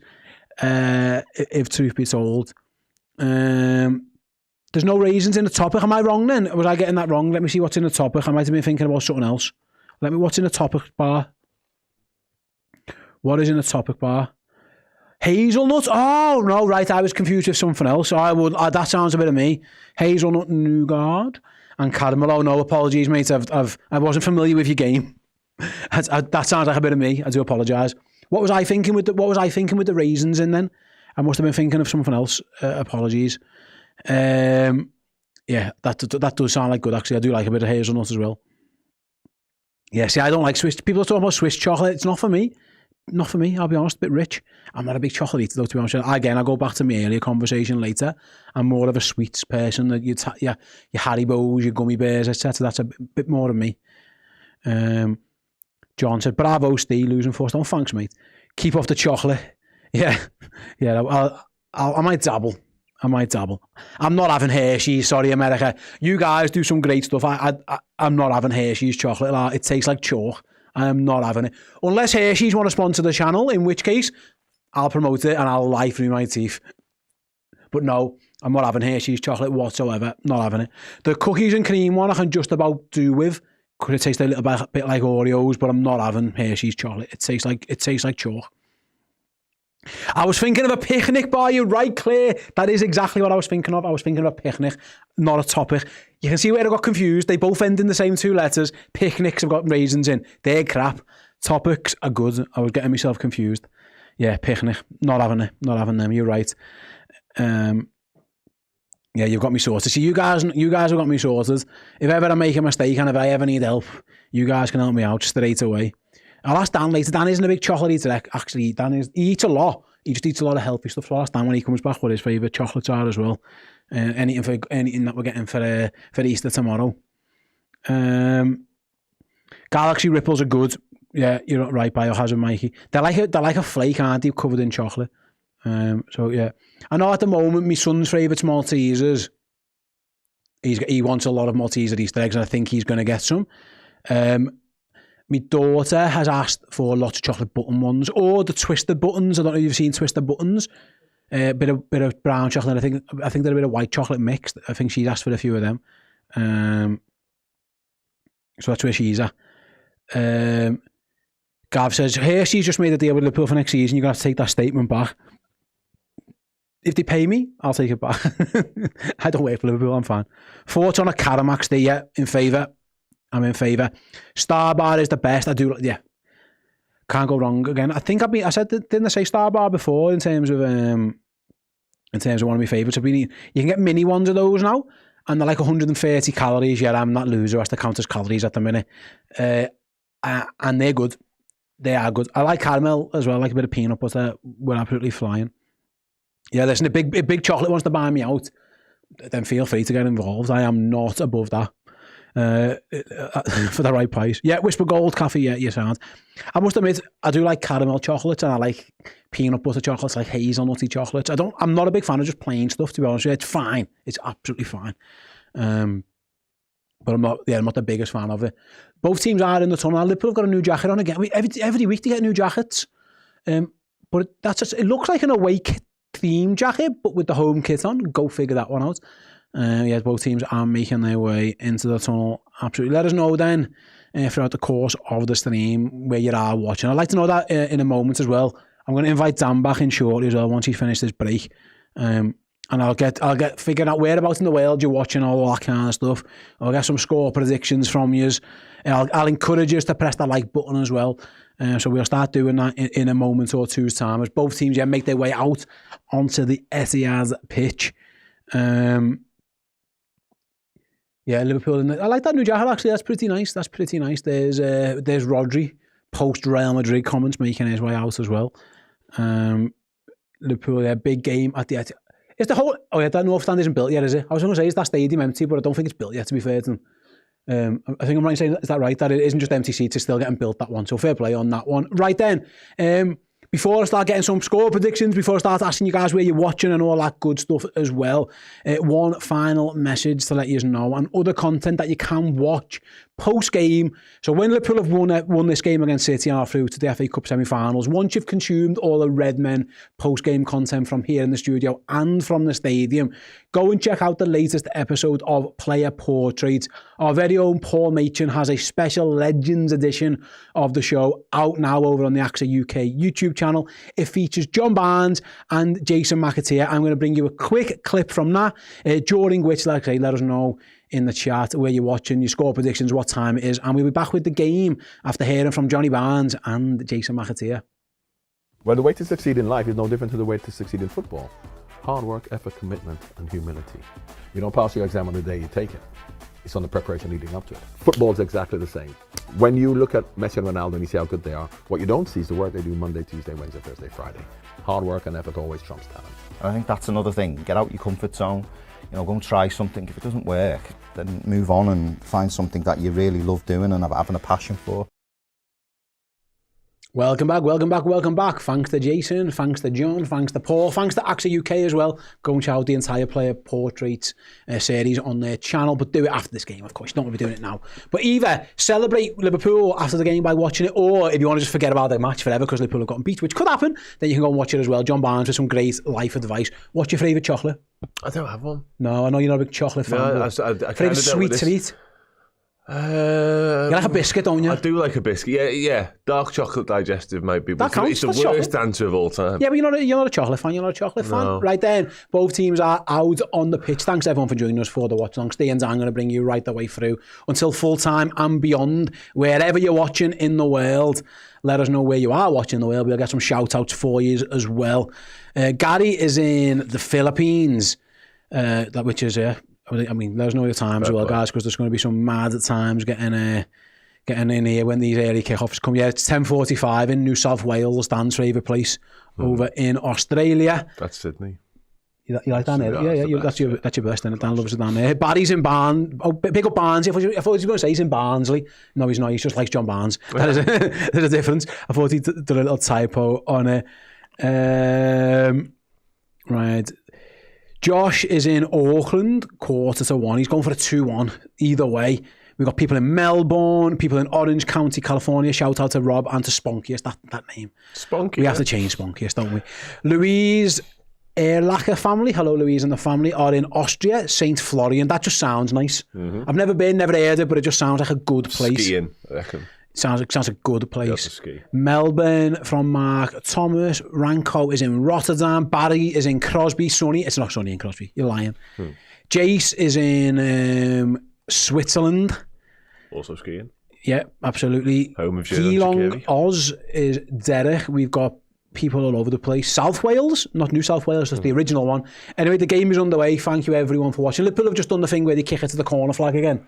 That's a thing they're doing. It's a thing in football these days. It feels like taken straight out of rugby union. Speaking of South Wales, but yeah, I don't territory. Yeah, sound, but not for me. Yeah, not for me. That not for you, haven't it? Giving the ball back to them, just keep it. To be fair, now, yeah, granted, but nah. And we're underway. I'm trying to figure out this Liverpool formation. It's hard at the moment to get it because it's a bit of a scramble in midfield. So it's like trying to press, but City have kind of got out. It looks like the box, doesn't it? It looks 4-2-2-2. Does with Vert left, so it's like right, just kind of what we predicted it. And City try and close Mamardashvili. Liverpool actually kicked it back to his left foot this time, which was good. And he was able to get right up the pitch. Oh, Ekatike nearly got on the end of it. It's a very scrappy start, very fast-paced. Liverpool's press is high. Gomez has got some chasing to do up against Doku.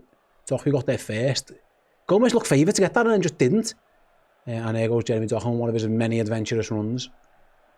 There's Nico O'Reilly, left-hand side, edge of the box. Doku, got to close him, boys. Don't let him shoot from there. He has shot easily wide, though. He scored from there in the last game at the other end, so be careful. The press was on, and then Gomez missed one tackle down, and it kind of half opened up for City then. Yeah, it did, and that's always the danger, isn't it? They've certainly settled quickest there. You're right, it was just really scrappy over the minute or so, but then they got a little bit of headway, and we were a bit all over the place defensively. We're going to have to be a bit more solid than that moving forwards. Yeah, Mamardashvili kicks long, looking for Ekatike. He gets a touch, then does Vert. Surely fouled. Yeah, he's kept hold of it. Good skill by Vert. There should have been a free kick there. In the end, Michael Oliver gives the throw into Liverpool. There's a lot of just off the pitch advertising there on the floor. Do you see that? They love it at City, don't they? Yeah, they need all the money you can get, the skint. Just feel like Pep Linders is in the dugout for this. It is, yeah. Well, yeah. Pep Guardiola's in the stands. Pep Linders is a man in the box for Manchester City today. Me, the pitch looked massive. You know what I mean? Does it? Yeah, it looks huge. Fair enough. No, but like obviously the camera angle thing. That what it is. But you know, some games the pitch feels bigger than others. Yeah, like we look like on top at Anfield. I always think this just looks absolutely vast. Yeah, Liverpool then trying to press on the right hand side with Szoboszlai down the line to Doku against Gomez. Gomez battles. He's got it all over him. Yeah, Gomez wins that. There wasn't a foul. That's right by Michael Oliver. Good call. And Wirtz is away. And he finds Salah. And he finds Ekitike. And he needed to go Kirkes. He's turned back inside and ran into trouble. That had to go again, Dan. Yeah, it did. He's gone all the way back. Yeah, Kirkes has gone. He was on his bike on the overlap. And if it had gone early, there was an opportunity. But he just held on to it and came the wrong way. I just don't know if he didn't see him or just didn't want to go there. But mustn't have got a shout. Liverpool carrying on. Wirtz in the box. Wirtz edge in the box. Good feet again. Can he find a pass? He dinked it down the back to Ekitike. Touch. Round him again. Edge of the box. That was tight. Wirtz gets a shot, but it was always tight to control that. But early on, we're seeing a little bit of influence from Wirtz. Yeah, he just brushed away his man a couple of times there and just lost him and very, very nearly opened up for him. Ekitike does well eventually. That's a couple of times now. It's not a great pass. No, it's not. He could have done better maybe with his choice, but yeah, better. Liverpool have won it again. Yeah, really. Two fullbacks pressing really high against the City wingers, which is great to see, and they've won a free kick. That was Gomez did that to Doku, and then Kirkes did that to Semenyo. That's really good to see. Much more energy in this Liverpool performance than we saw at the start of the Brighton game. Well, they're going man-to-man on the wingers, which is a risky strategy. But if you can do what you've just done there twice in terms of be the one to win the ball first, it opens up all kinds of possibilities. I suppose when it's Gomez and Kirkes, both quite physical and both quick, maybe they think, even if they beat us, we can get back. Yeah. But that's really good to see, because City will try and get to those wingers as often as they can. Really good start, actually, in terms of the defensive work there from Liverpool. And they've got a free kick that they can whip in. Sobo and Salah standing over it. Virgil is up there, Konate's up there, Ekitike's in there as well, as is Joe Gomez. Let's see what they go with. Mythical Joe Gomez goal. So Bosley thinks it in, flicked on by Konate, but easy really for James Took all Trafford. the pace off it, didn't he, really, as opposed to flicking it on? If anything, he got too much contact. Yeah, that's what I mean. That was always going to be tough though with that angle. Liverpool have won it back again, to be fair. Gomez has done really well. This is a good start by Liverpool defensively, actually. They're winning the ball back high up the pitch and they've won themselves a throw-in. Well, there's a game plan there, isn't there? There's instruction. You can see, especially with the fullbacks that I've already mentioned, you get tight to your man. Don't give him a chance to turn and get at you. Make that first touch, make that first bit of contact yours. And they've done it twice really effectively. Yeah, don't let them turn. Even if they beat you, make it a physical battle. As Mamadishvili kicks long again, it was a poor kick. It was straight to Kuzanov. That Liverpool didn't need that. No. And City can come out down the left-hand side with Nico O'Reilly. That was a message from Chloe. There are empty seats everywhere in their stands. Well, yeah. With City, Chloe. What do you expect? Yeah, of course.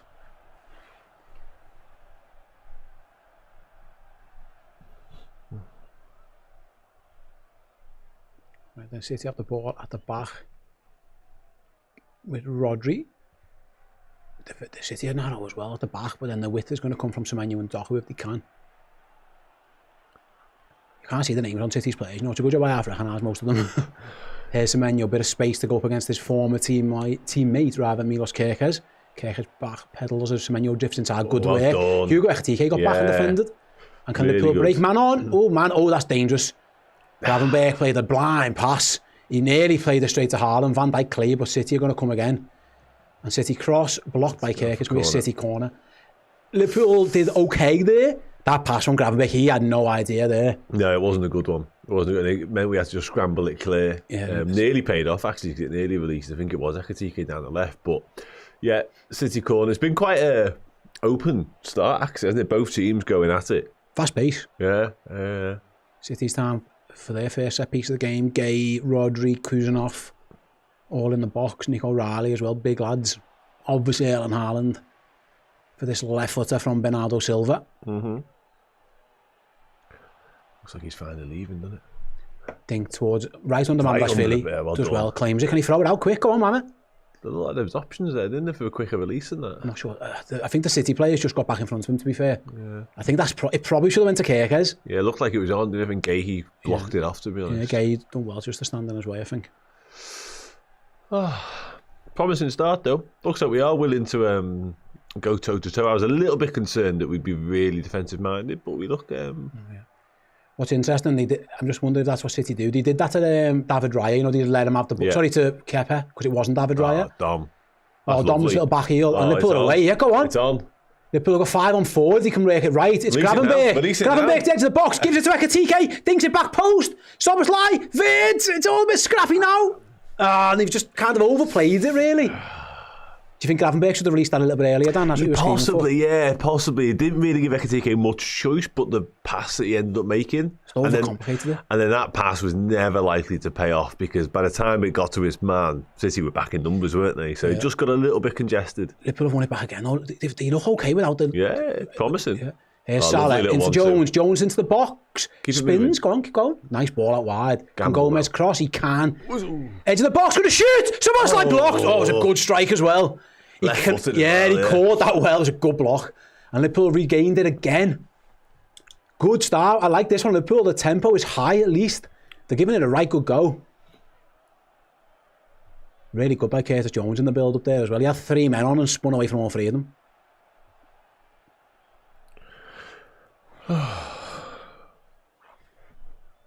Ekitike's drifted out to the left there. He played here for France the other day, so he's not unfamiliar being out there. No.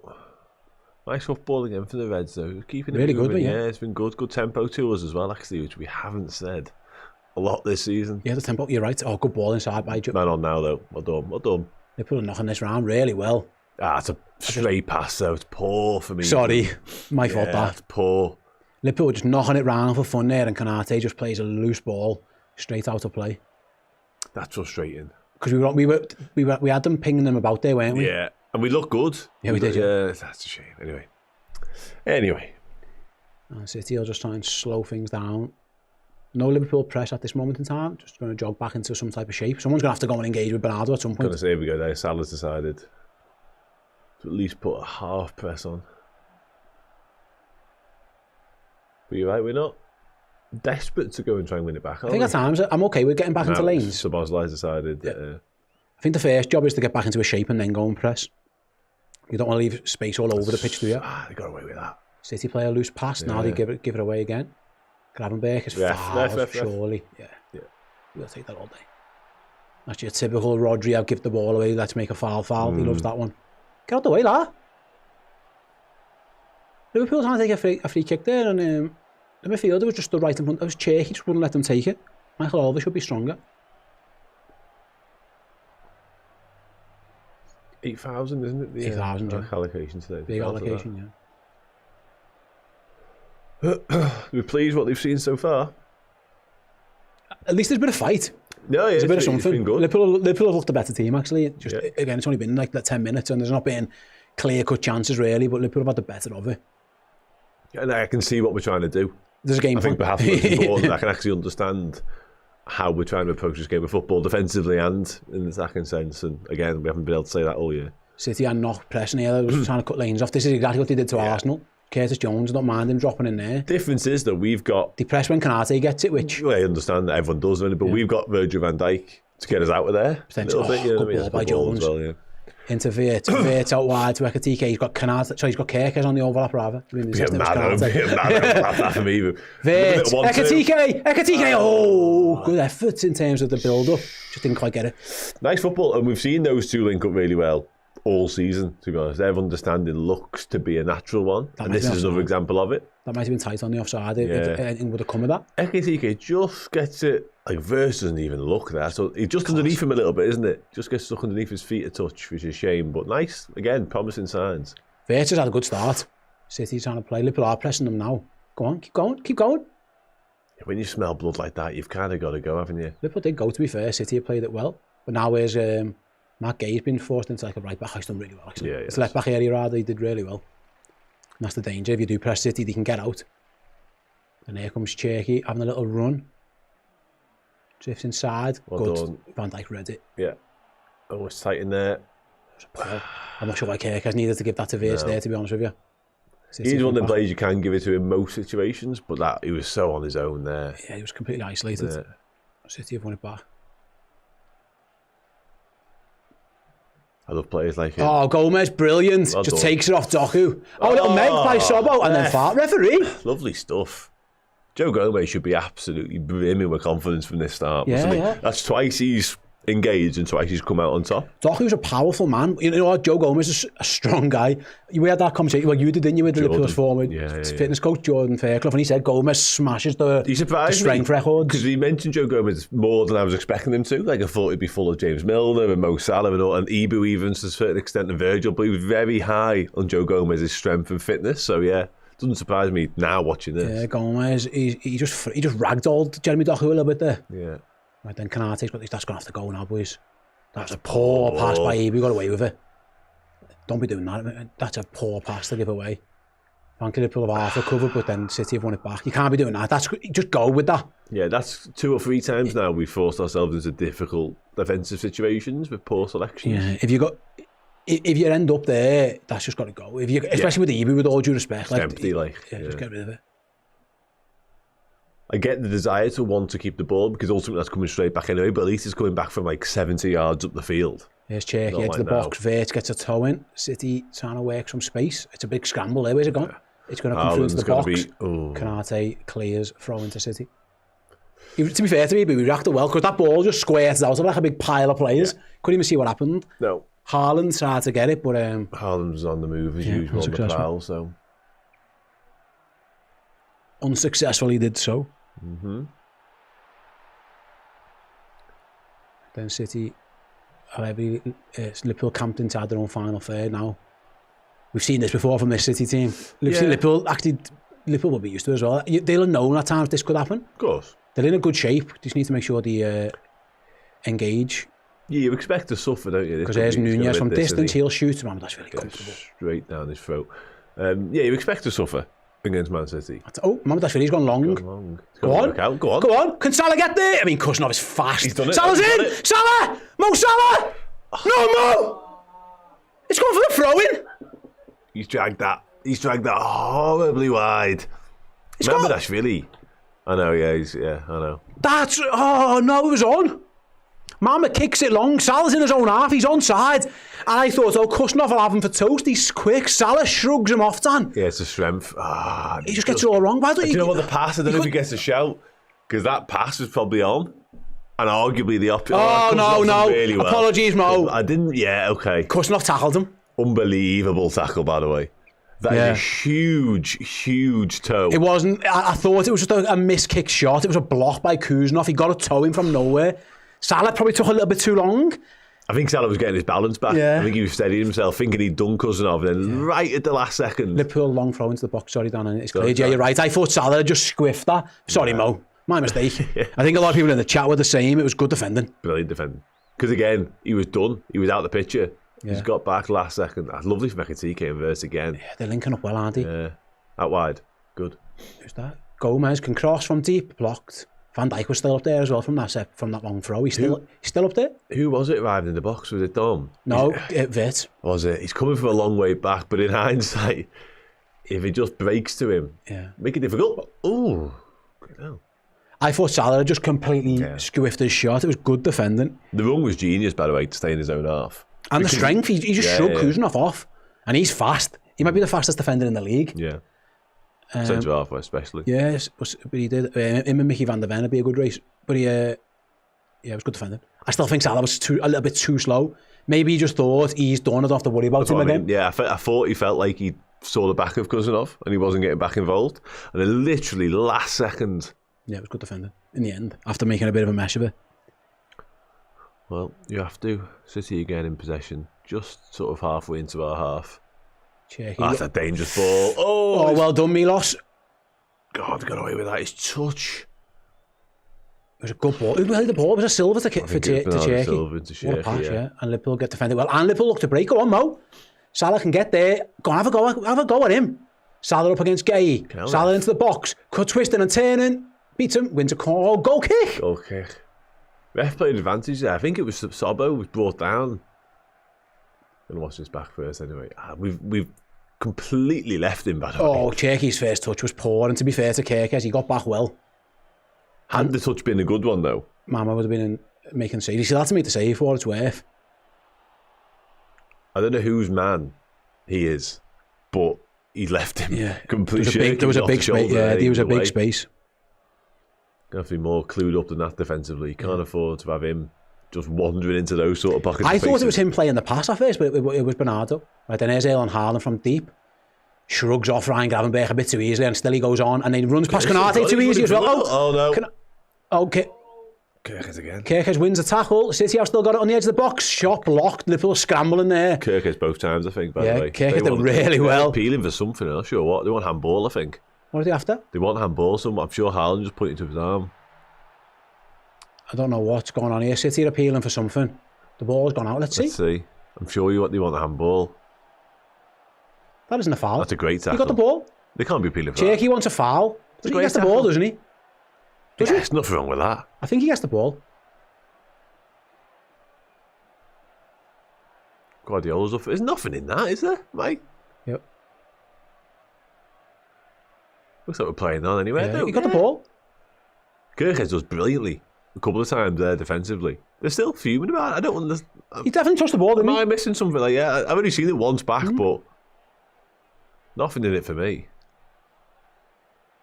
Guardiola's watching it back on telly now and he's baffled. You think it's a foul? But surely it's Kirkes' touch that makes the ball go the way it does. I'm pretty sure he has to touch on the ball. City aren't happy. I'm pretty sure he got the ball. What's the chat saying today? On our side? Did you let us know, guys? Again, that replay. It wasn't the best replay in the world. I've seen it once, really, and then the second time behind Guardiola's head. And Liverpool, to be fair to Milos Kirkes, just about got away there because it was concerning how easily Haaland just he shrugged Ibu off like he wasn't there. Just ran through him. It's like a rugby run almost. But the atmosphere is kind of heated up at the Etihad. I don't know if that one. Pep Guardiola thought it was a foul on that replay. I'm convinced I saw Kirkes get a touch of the ball.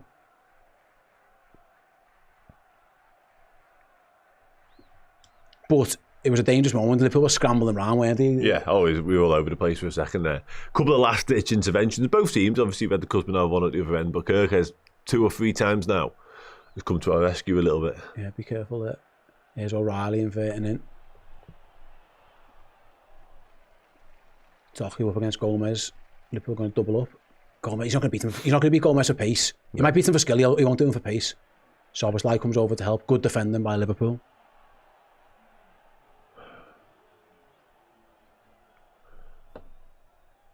Liverpool need to get back into a shape here. Yeah, They're getting stretched a little bit. Just a little bit under the pump, aren't we?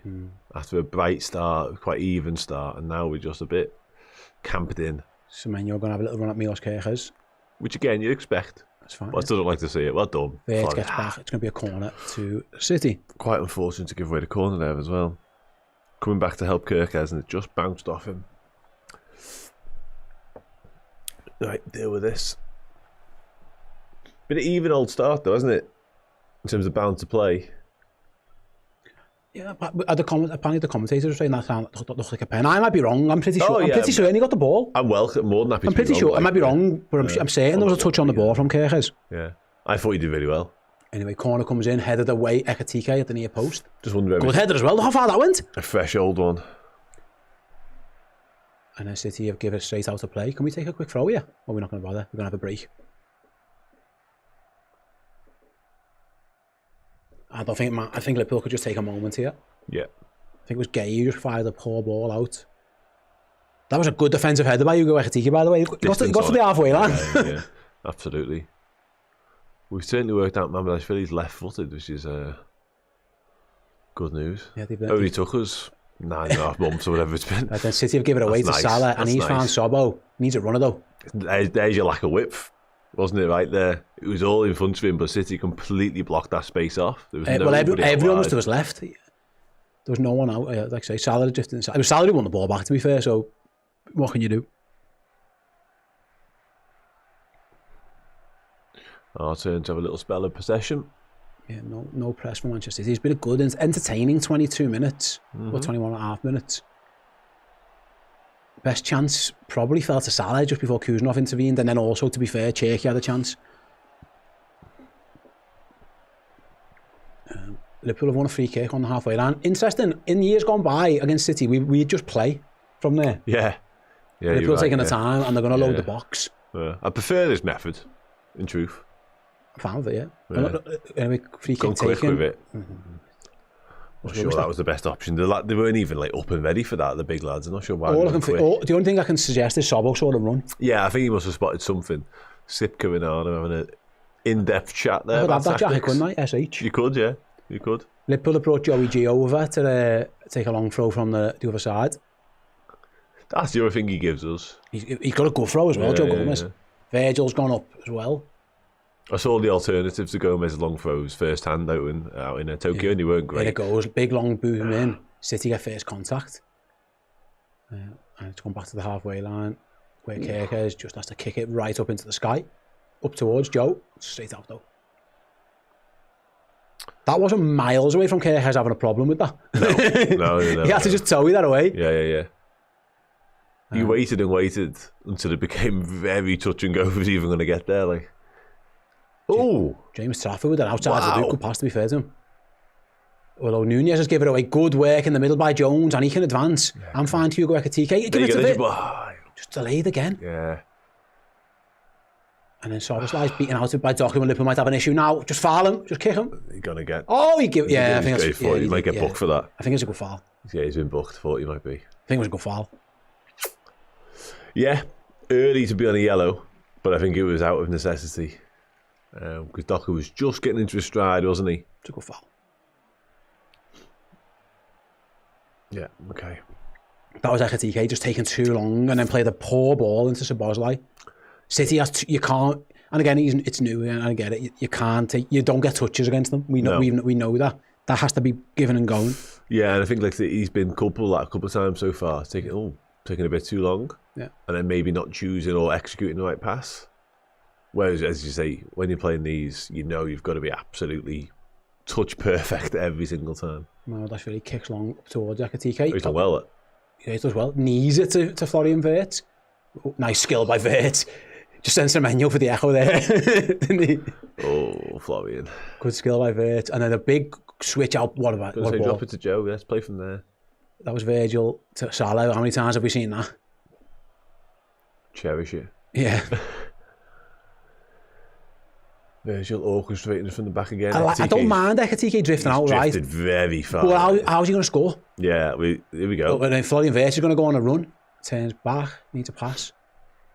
The drifting out wide left is fine, but someone's got to get in the box then. Well, yeah, that's the issue, isn't it? And again, as that attack kind of carried on, you saw the issue with it because there was nobody playing centre forward. Literally, no. Salah was keeping his position wide right, and Ekitike was just about getting there. So that's your centre forward. There's nobody to play off in the centre there. Yeah, it might be part of the game plan. He might just have to be drifting there to get space, but I'm not sure he's going to be that. That's where he's going to be at his most effective. But anyway, 25 minutes gone. I've been, like I say, totally impressed actually compared to maybe what I was expecting from Liverpool. Although Curtis Jones has just kicked one straight out of play, unfortunately, goal kick. That'll be to he was trying to free Mo Salah. I've seen better passes, Curtis.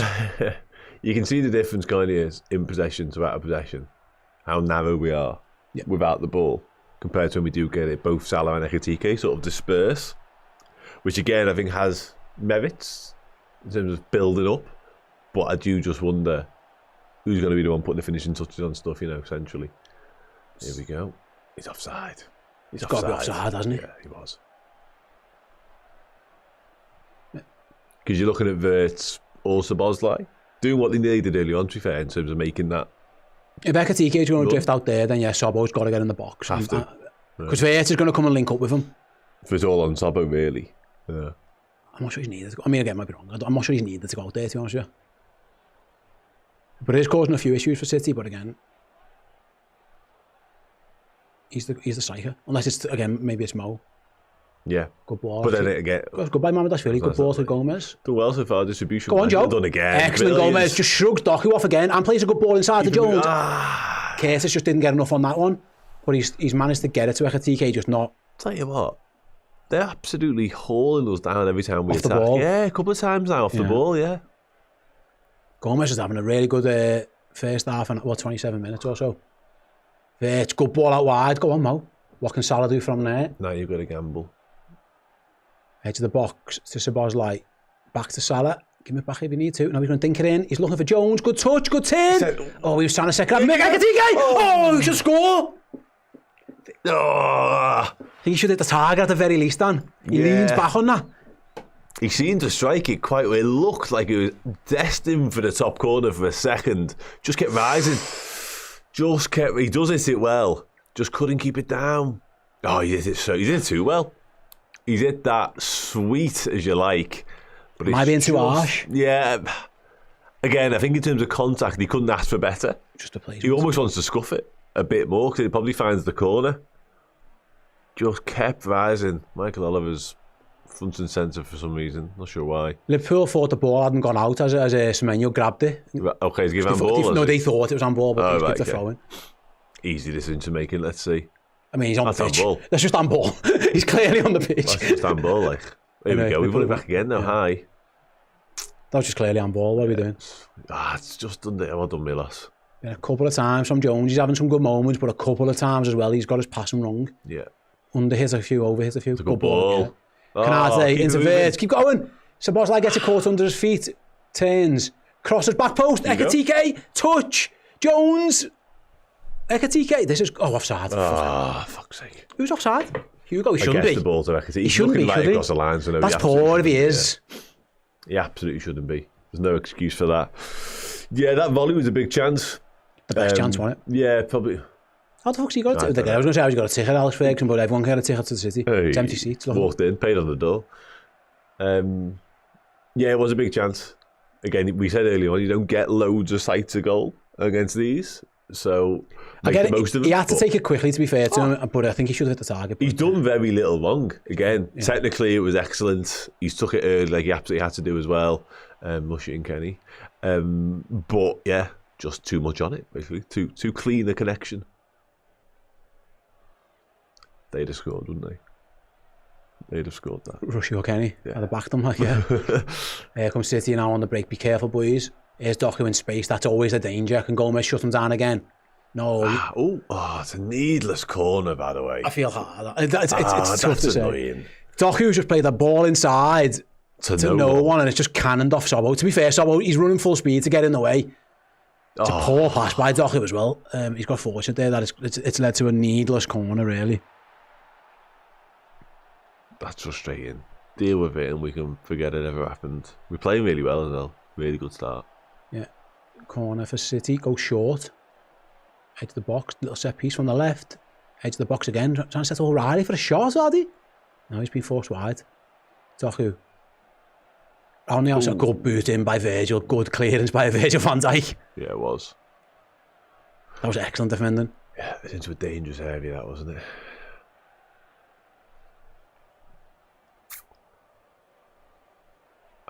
Ref. Is that not a foul throw? I thought so. Here's Doku again. Vert slows him down. City recycle it to the edge. Come on, boys. Just be strong.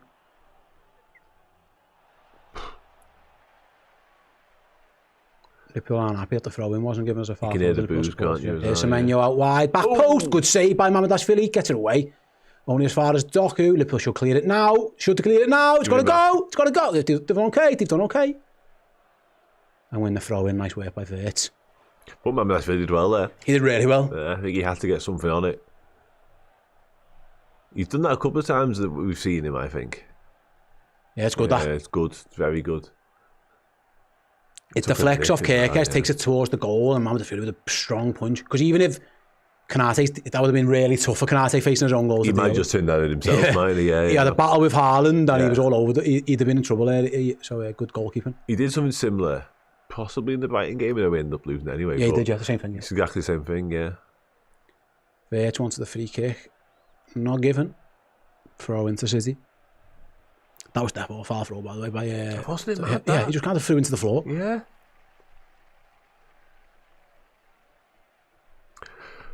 Oh, okay.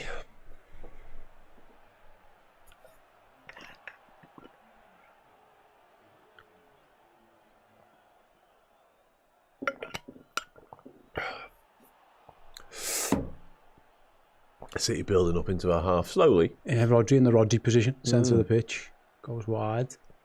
Cherky drifts over, so he's going to have a direct run to the box. Liverpool with Curtis Jones hold him up, so does Vert. Finds Haaland, he shouldn't have been able to find Haaland, don't know he did. There's a lot of traffic in there, not quite sure how he got through to him. He's a good player. Yeah, he's a great player, yeah. Doku back from Go Turkey, out, goes go out, out, yeah. Goal kick. Good, yeah, impressed. It's been a entertaining 32 minutes. I think Liverpool have been up to the task then, if anything. They're showing a bit of something about themselves. Yeah, exactly. Yeah. And listen, this fixture is never going to be easy. It's been one of the more tricky ones in world football over the course of the last 15, 20 years. So to acquit ourselves in the way that we've done so far, given how lacklustre we've been, generally speaking, is really something. I'm really pleased. Again, I think there's a game plan. I think there's a method to what we're trying to do in attack and defence. So yeah. Listen, we could still end up losing the game. We might still end up getting hurt, but so far, so good, I think. You can at least see what they're trying to do. Yeah. Just hasn't quite worked out at the top end in terms of getting that goal. That's unlucky as well. That's unlucky. I quite like that. Scrappy Vert gives away a foul on Rodri. Well, you'll take that. He's battling for the ball. But just in terms of the intent was there, got in behind him quickly, put pressure on his touch, and very nearly ended up coming away with the ball. Slot wasn't happy with something there, I don't know what. No.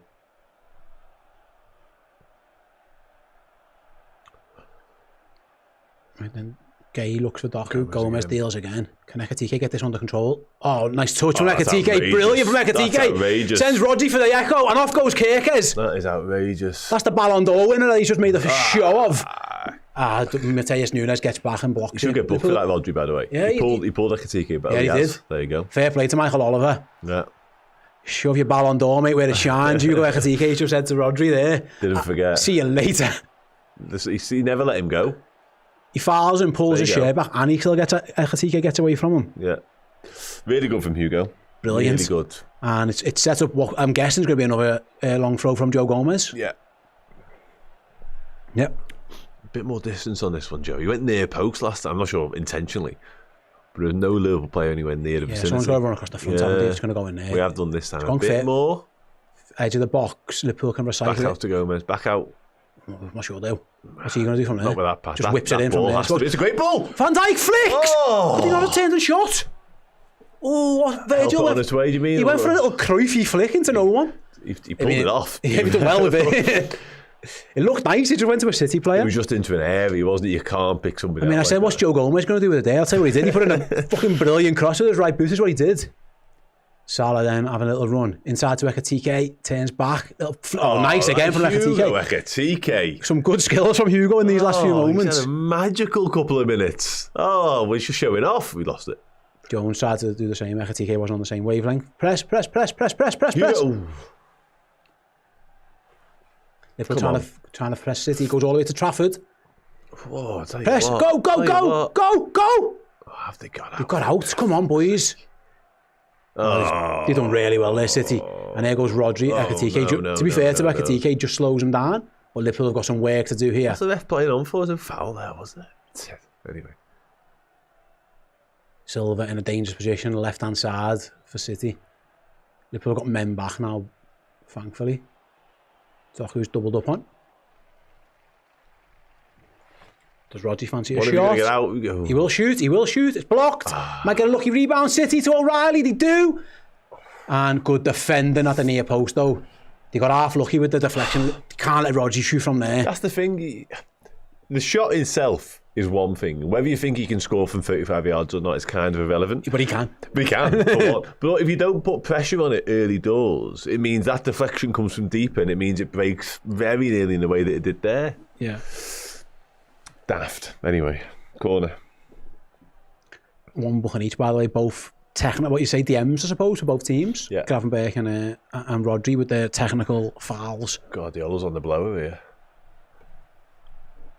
Corner for City. In it goes. Headed away again. Good header. Van Dijk.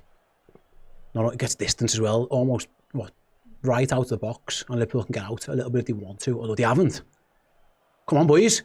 Can't just sit in there. There goes Cherky. That's dangerous. There's a dangling leg there that I didn't enjoy. Yeah, Jones. I didn't enjoy that one bit. Yeah, it's all right. Oh, no, it's Nunes, is it? Oh, behave. Lucky break. Down goes He's O'Reilly, and it's a penalty to City. Fuck, Virgil.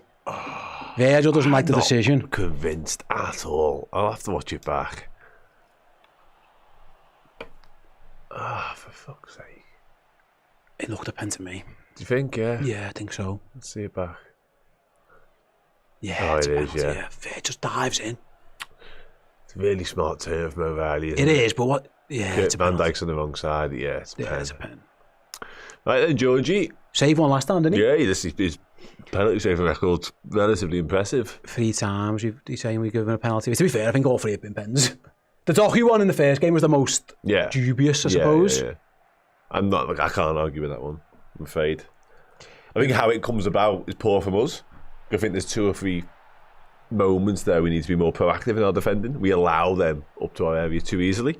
Ball into O'Reilly, who is really smart on the turn, actually. Done Van Dijk.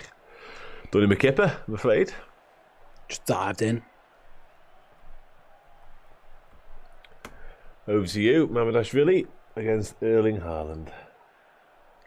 Haaland scored one, missed one against us this season. He gets a third time. So Mamadashvili saved one in that first Premier League game at the Etihad. Yeah. Haaland scores against Alisson from the spot in the second game. Doesn't miss many, does he, unfortunately? Haaland versus Mamadashvili. Come on, big fella. Haaland steps up, scores. Sends him the wrong way. 1-0 City. Erling Haaland penalty. Puts City in front. That's frustrating. We've done well. We played all right. Yeah. And it's the captain as well. Yeah. Just shows you, doesn't it? Again, I think there was 10 seconds there where we were a little bit stretched. Yeah, more just the fact we weren't really getting out of our box. We just allowed them to come back at us. And once they do, they've got quality, obviously. It was a good turn by O'Reilly. Exactly. And Van Dijk just dived in. He didn't need... I mean, that's unlike Virgil as well. He hasn't predicted the spin. The turn, has he? But even if he didn't spin, what was he going to do to Well, him? he thinks that he's going to carry on. Just shove him. Go the same way, maybe get a shot off. So Van Dijk's trying to stop that possibility. But because O'Reilly's completely gone the other way, his body shape's all wrong and he's caught him. Jay Payne says, Steve, we have not played all right. We have been blunt and uninspiring. I haven't seen that.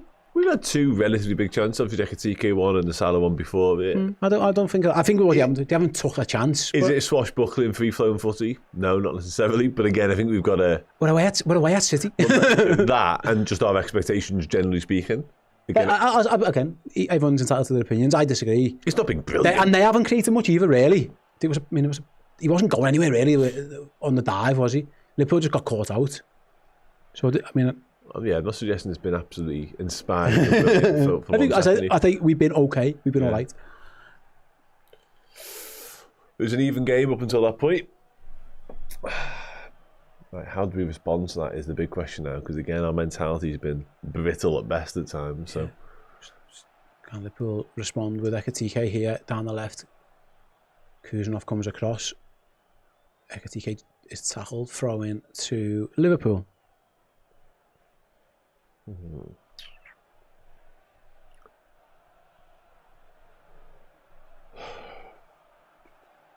Right then, I'll be honest, I wasn't expecting a clean sheet. I was going to say Liverpool are going to win this game, they were probably going to have to score 2. I think I've seen enough in us that we can create. Yeah, the issue you've got, not so much now, because you can probably carry on with the same game plan. But the more you have to chase the game, the more problems you get. Yeah. Especially against these, so if we do end up having to open up a little bit. I am disappointed in Virgil. That's just not like him, really, as well. No. That's the frustrating part of this, because again, we've been more than a match for them. And it's decisive moments, it's decision making, it's, from both perspectives, a bit of quality in attack, but also a lapse in concentration in the back, and that costs you, so... Yeah, fine margins, as the manager would say. Tend to agree with him on this occasion. I think Ekitike should have scored. Salah should have been quicker. Maybe. And then, like I say, Mamadashvili hasn't had to make a save up until that point either. The one off Shirky after his touch was wrong. But that was maybe half a chance, you're right.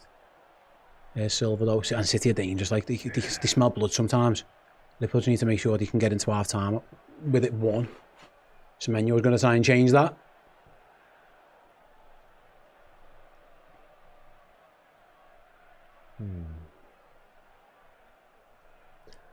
Again, again, I just fear for Doku tried to go around Gomez, done well to get back actually. So the Bosley doubling up. Just fear for our confidence and mentality a little bit. Yeah. And the belief that they can turn this around.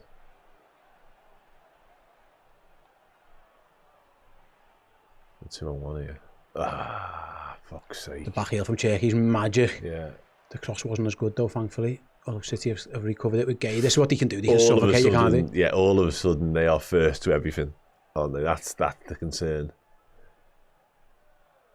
And we are having to withstand a little bit of heavy pressure.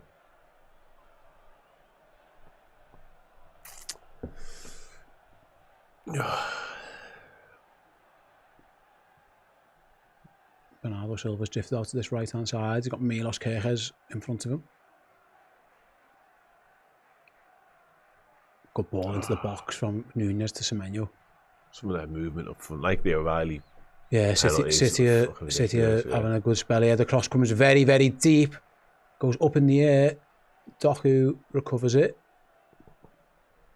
City piling on the pressure now. It's a good ball into the box. Cherky, don't let him turn out. He falls over the ball, thankfully. Good. Yeah, we need to stay strong here for half time because they are smelling 2-goal advantage. Yeah, Liverpool just need to get themselves. And again, some of the fluidity in their attack is excellent. Excellent. They're a good team. They're a good team. No, but yeah, when you see it first hand, they're excellent at times. We just need to get to half time. Yeah. There goes Rodri, too easy. It was too easy. Ekitike. Oh, yeah, we left him again. Oh, fucking hell, he's going to find him in there. I'm okay with him having it here. City go long, looking for Doku. He's offside, surely. Oh, he's given a foul, has he? I don't think he was offside. Just give a foul. I think he must have given the foul. Did he give him a little shove? That's what Michael Oliver said. It looked like Gomez just ran under the ball. Here we go again. Yeah, it's a pen. Van Dijk's panicked. Yeah. Because again, he's predicted him turning and shooting. And when he hasn't, his instinctive action is to stick out his right leg instead, and he's just caught him.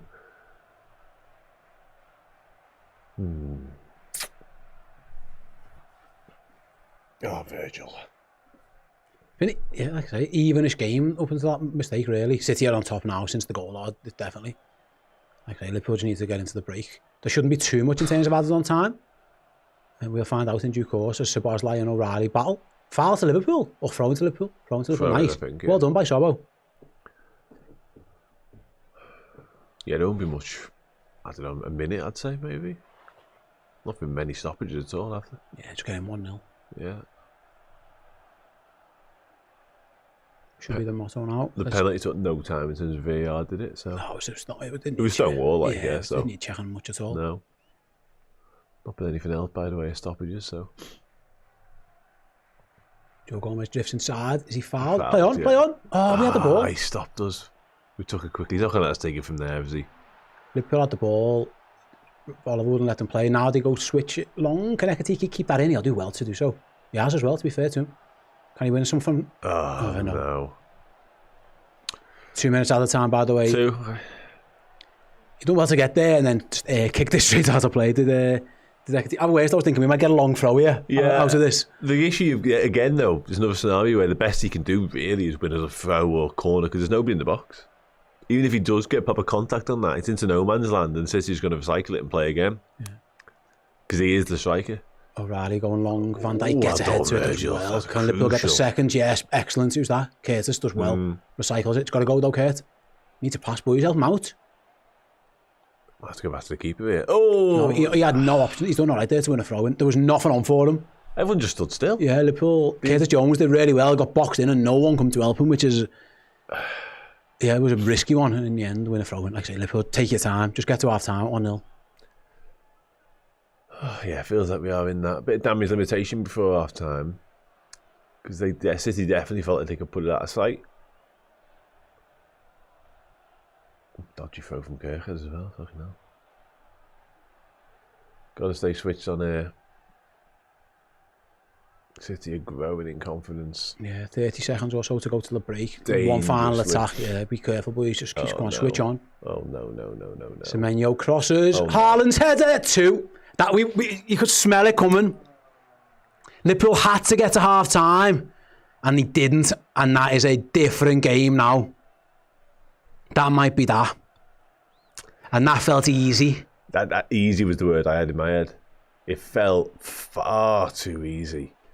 Having competed for 40 odd minutes, Liverpool are going to go in 2-0 down.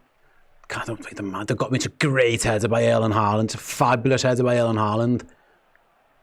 And it's a good ball by Semenyo as well. Nobody engages that either. He's 30 yards from goal. Is it Semenyo?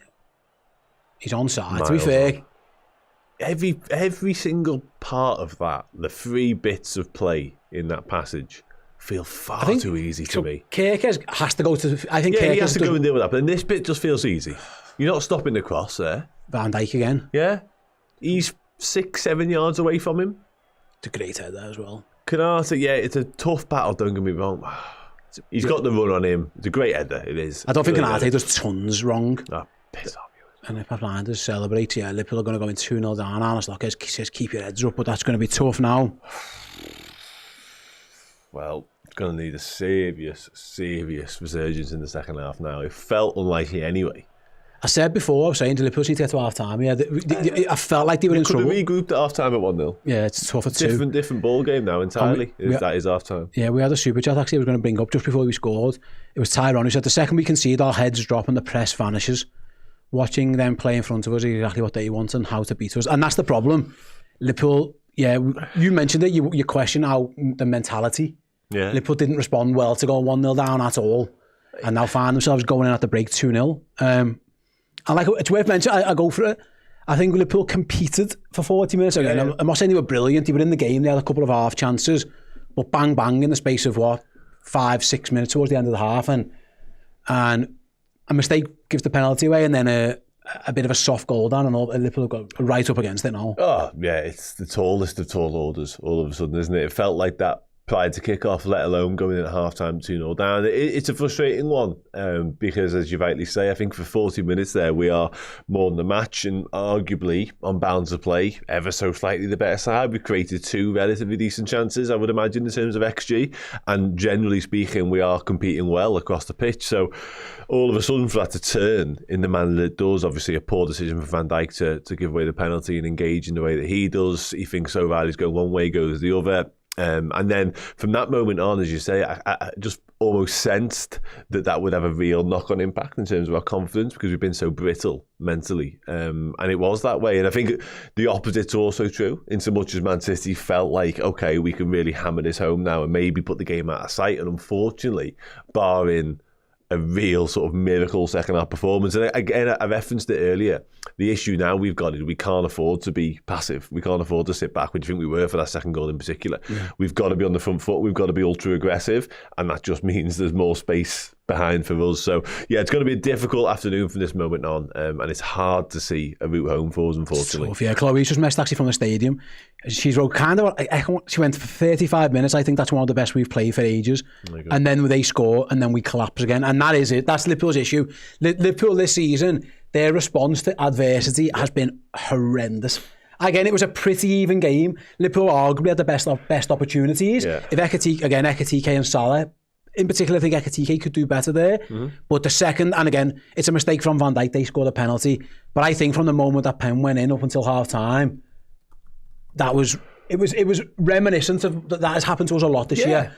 We do not deal well with going behind at all, and it's on the coach, and it's on the leaders on the pitch. It's on everybody. We could all see get to half time, and here we are fighting about. We have a throw in, and then they score. Yeah. Like Liverpool just need to be a bit more wise in that situation and have a bit more about them. And it's really disappointing how it fell for them to score that second goal. Well, it's what we've said all season long. It's particularly been true when it comes to sort of seeing out games of football or how we've managed the closing stages of matches, because we've been stung numerous times like that as well. But it's also true in first halves of football, because you can see this is a case of now City have got the upper hand, they're in the ascendancy. All we need to do is ride out a little bit of a storm, get to half time, regroup, and we'll go from there, because as you say, we've been okay in this game. Generally speaking, we give away a daft penalty. Yeah, that's frustrating. But if we come out and match what we did for the first half an hour in the second half, and then maybe build on that, maybe take one of those chances that we created, different game of football all of a sudden. But instead, we go into our shells and we panic and we think, okay, we kind of succumb.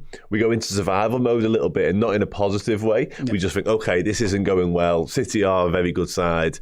How do we survive? And we don't. We crumble. We make it far too easy for them. I mean, it's incumbent on the leaders, as you say. It's incumbent on the manager. It's incumbent on Virgil van Dijk. Anyone on the pitch with any experience to say, right, this is where we dig in, we knuckle down, and we get through it. Unfortunately, now, as I said a minute ago, 2-0 feels almost insurmountable. No, you're right. And again, I liked the game plan for the first half hour. Liverpool were aggressive. They were on the front foot. They were cutting out the passing lanes. Every time Semenyo got it, he had Kirkes on him. Same for Doku and Gomez. Well, there was a game plan as well, which was I think the manager picked the right team at the start pretty much and set them up well. And it did lead to a couple of chances, but we keep saying it over and over. And I've been as critical as Arne Slot as everybody has, or maybe not as much as some, but in terms of the abuse, because some of the abuse is much, but I've been very critical. You're not going to get 15 chances against Manchester City. Ekitike and Salah, I know Kuzanov does well, but Salah should have been quicker to get that one. Ekitike should do better. But the flip side on that one is that silly mistakes at the back and switching off at the back. It is the textbook of our season, really. Not being clinical enough at one end of the pitch and being dumb at the other end. Yeah. And that is the same thing over and over and over and over again. And that's what's annoying. They were against Brighton, for example. I thought the manager and the tactics and everything about that game was really poor.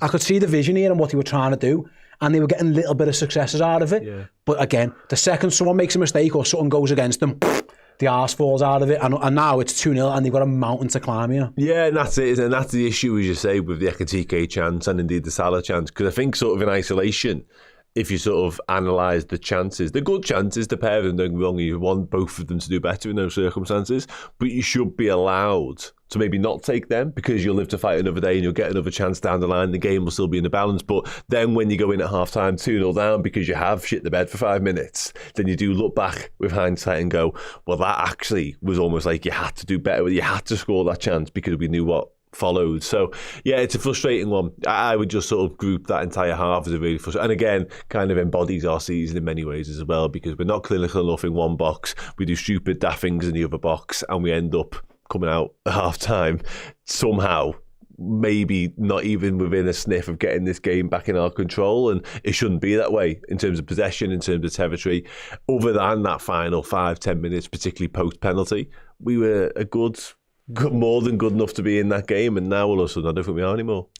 This mentality monsters thing that was built for so long, whatever the opposite is, Liverpool are not that. Liverpool just do not respond well to adversity. All season that's been the case. They just don't. The pressure comes on and they kind of fold a little bit, and that's what happened again there. You can get away with 1-0 at half time through a penalty and go, you know what, lads, it's been okay, and we can regroup. That second goal is just really poor. We're just looking at the build-up for the first goal. Yeah, Van Dijk just gets... He's been done. He gets really, really... He's preempted one thing and O'Reilly's done the opposite. It's a good turn by O'Reilly. It's a great turn. But it's you can rash. See Van Dijk's getting goal side in terms of the way the shot would come. It's just rash though. And then he's panicked last second. It is. It's daft. It's poor defending ultimately. It is. Sugarcoat it any way we want. But yeah, I understand what he's thought's going to happen. And the absolute polar opposite has happened. Yeah, and the penalties. Yeah, we're just looking at the replays now of that goal. The second goal is worse. You can. There's some mistakes happen, and Liverpool. It was a good little ball into the box, a bit of a ricket, whatever. But the second goal is really poor. You just an half uncontested cross to the best striker in the world. Yeah. And I know there's someone in the super chat here, and I'll go to him. Blaming Ibu. I think he's in big bother there. Like, that's a tough one. I think blame is a really strong word. This is the problem. The whole thing, it's so from start passive. To finish, is poor. Nunez is Liverpool are jogging. Kirkes tried to get Wirtz. Even that run. Wirtz can go with that run there. I'd say to Wirtz there. Wirtz's defending is poor here. Look at that. He's jogging there, Dan. Kirkes has got 2-on-1. He has to go and engage. And then he goes, lets him go. That's poor by Wirtz. I don't think Virgil's committed to blocking the cross either. No. That's harsh on Ibu. If we were doing, we're not going to, but a list of sort of order of blame, I'd have Konate at the bottom of it. Personally, if Mamardashvili as well, likewise, he got no chance with a header. But It's what happens before the ball comes into the box that I've got a problem with. It's really, really passive. Really, really passive. And even so, not to the point in terms of not following the run, that's unforgivable in itself. But even prior to that, the amount of time he has he's not even at full pace, he's just wandering, literally meandering towards our box. Like we've already seen once before, a few minutes earlier, what happens when they get time and space around the area. They've got quality, they're going to hurt you, they're going to make you make stupid decisions. So to allow him just to waltz towards our goal in itself is mind-blowing to me. Like, I'm pretty sure it came from our throw-in as well. I think we didn't see in that replay. 30 seconds to go in the half and they get the ball off our throw-in. It's just really poor game management. We didn't get out of off, did we, for the final 5 or 6 minutes there? And again, I've got some quick super chats before we go to a break. I'll read as many of them as I can. Invader said, I'll take Hugo off now and rest him for Tuesday. It's Wednesday, but I see your point if you think this one's completely gone. This bald fraud needs to go, says Jake. I hope you mean Arne, not me. I mean, it might be both. It might be both, Jake. Do you think Haaland will take home the match ball, says Jens? Don't rule it out.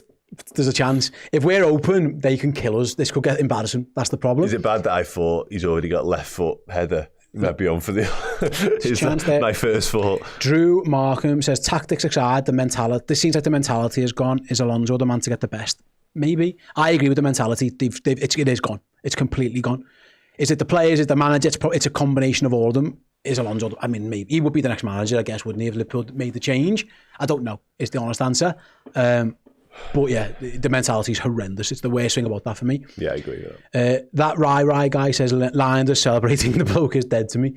He works for Man City. Didn't make me feel any better. I wasn't a fan of it. And then like Joshua Davies, Kanate needs to go. That isn't on him. I think that's harsh on Ibu. I don't think he did tons wrong in that moment, to be honest with you. I think if that was the only thing wrong with that goal, I'd be more willing to have a conversation about it. But because of what preceded it, I'm not that interested in I think Vert in particular, and even Virgil, it's just a little bit lame from both of them, and that's where Virgil's not stopped that cross. Virgil's put himself in a position where he thinks maybe the cross he might be able to affect it. But for me, I know he's always defended like this, so I'm not digging him out entirely. But go and engage him. Get within a yard of him, give away the corner, and we'll deal with that. Don't let him cross. Anyway. Yeah, it's been rough. Right then, we're going to go to a break because there are 4 minutes to go, roughly until the start of the second half. Any changes you make at the break, let us know. Me and Dan will be back after these quick messages. Hello everyone, at the end of April we're going to be giving away this shirt. It is signed by former Liverpool midfielder Bolo Zenden, and one of our Red Men Plus Legend subscribers are going to be getting their hands on it. If you want to be in that prize draw, simply head on over to the App Store on your phone, download the Red Men Plus app, subscribe as a Legend tier subscriber. That's all you've got to do. At the end of April we'll do a random draw, and yes, someone will get their hands on this Red Men Plus app, Legend tier subscriber. That's all you've got to do. Good luck. Everyone, if you're looking for some distraction from the football and you like a bit of time travel goodness in your life, then I have 2 books for you. One of them is by me. It is The Eternal Flame. Yes, the boy. It is a superhero story set in a World War II theme about a boy who swaps lives with a forgotten World War II super soldier, the eponymous Eternal Flame. And on the other hand, there's this, The Man Who Stole the World Cup, written by my dad, John Machin of Redmen TV fame. It is about a bunch of kids who travel back from 1980s Liverpool into the past, pulled into the conspiracy theory to steal the Jules Rimet World Cup trophy. This one is a bit more suitable for a slightly younger audience. This one is much more aimed towards teens and older. This one, if you want to read something as a bedtime story to your kids. This one, if you like things like Buffy the Vampire Slayer, Smallville and the OC, this one is for you. Both are available at machpublishing.com. Signed editions are available, and they're both available in physical editions in a physical bookstore that is Pritchard's Bookshop in Crosby in Liverpool. So plenty of ways to fill your boots, keep yourself entertained, aside, of course, from the mighty. Excellent, nice one, gents. Right, before we go, we have got something very, very exciting to announce. Chris, would you like to tease what is coming next? Yes, we have got something so exciting, something that's going to take Redmen TV and our content to the next level. We are so incredibly excited for this. Yes, it is something that you have been asking for over 11 years.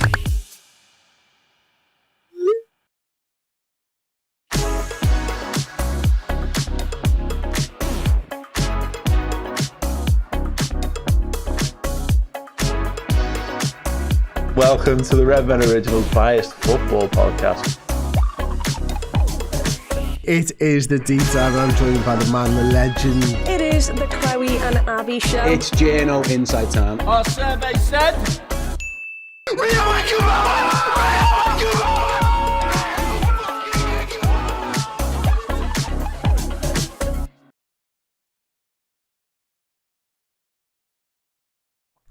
Welcome back. Sorry about that. You nearly caught me and Dan talking about the cricket. Real sport. Real sport. Who cares about this rubbish football nonsense? Don't anyway? even like footy. Footy's rubbish. About, never liked it. We were just having a little chat about how our cricket team Lancashire were getting on. It turns out they're doing quite well, for what it's worth. Maybe we could just do a watch along of the cricket instead, Dan. That might be better for us. I do still... obviously, what's his face, Matty Hurst, plays now regular for Lancashire, and I do still shudder at the prospect of when I played against him. He battered you, did he? It was not pretty, yeah. In my defence, I'm not a professional cricketer, just somebody who's quite good at it. And I was bowling against him and Carl Brown when he played for Lee in a 220 game at Northern with a short boundary. Didn't go well. To say it wasn't pretty would be I'm happy to admit it now. It's been a couple of years. At the time, it hurt a lot. Not over it now. Oh, it was brutal. Yeah, some of Liverpool's players are aging. Not great, it's worth to say, in this game. In England, in the cricket, Jimmy Anderson's like a fine wine. Of course he is. He's like 4 for spit. Has he, yeah. Maybe, look, can we just watch that instead? My hero. My hero, my mate. Yeah, what a guy. What a guy. We'll see. For the cricket would be good, wouldn't it? Oh, a little cricket watch along would be fantastic. A little cricket watch along would be fantastic. Maybe go and watch that instead. Liverpool out on the pitch early, which is interesting. The manager sent them out. Yeah, no changes. No changes. No, we are what we are. No changes at all. No, we are really though. Yeah, City are finally coming out now to join us. Response needed? Oh, mate, not half. Do you think we'll change anything in terms of approach? We've got to ultimately, but or do you think we will just try and keep it like this for 20 minutes? I don't know. Yeah. I don't know, to be honest. What do you think we should do? You've got to start this half like I started the first half. Try and hurry them, harry them, and try and get a goal. Yeah. If we're not, 3-0 kills us, but you might risk getting beat 3 to score. You know what I mean? Like, there's nothing in it now. No. You've got to have a proper go at it. Yeah, because it's a cup game, isn't it? The shootout. Like, what we're gonna gain from just being passive and just allowing the game to drift? I tend to agree. Yeah. Anyway, here we go, back underway. No changes, I don't think, for either side. No. And we'll see how Liverpool can respond in this second half. First of all, Mo Salah holding off. I mean, it's just a foul. Yeah, okay, come and foul them. And we're back underway. I mean, can we watch the man? We're just looking at Erling Haaland's back. Can we just watch the football? Fuck's sake. That would have been a hat-trick chat, probably, wouldn't it? Yeah, maybe. Unfortunately. Anyway, City have won it back. It was a loose ball from Milos Kerkez, and City have it at the back. And it's their game now. That second goal just changes everything.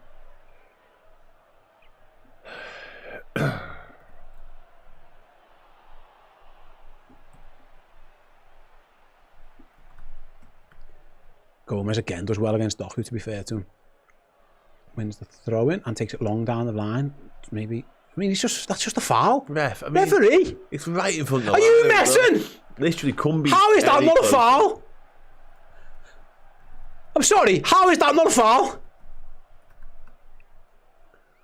Maybe it's because not once does he look at the ball. Are you messing? That linesman is 2 yards away from that. Oh. I mean, that's a rugby tackle. Never seen anything like that. Jeez. Anyway, Liverpool got the ball back. That was bananas officiating, to say the least. Can Salah find Gomez? Can he get there? No, Riley gets there. And he's going to get that as a foul, is he? Yeah, he is. Yeah, he has. Strong start from the refs this half. Good news. Let's watch it back. What does Gomez do wrong there? O'Reilly just jumps into him. Foul. Listen, sometimes I know they're not playing well, mate. Sometimes you just need things like the officials to do their jobs properly. That not foul against Verts and then giving that as a foul. Ugh. Yeah. That's disappointing, to say the least. O'Reilly just jumped into Gomez. Gomez did nothing wrong. That stinks. Fucking Michael Oliver. When it rains.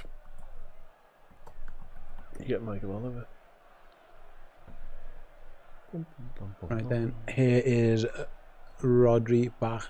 Is that Kuznov, I think? Cool. Liverpool are trying to get a bit of a press on, but City are comfortable. I think City like that, to be honest with you, at times. Yeah, that's the issue, isn't it? Caught between two stalls now. Like. Well, especially when they're winning. Because they can just go, there's no need to go forwards. The press, they can just go backwards from the press if they want to. This is probably...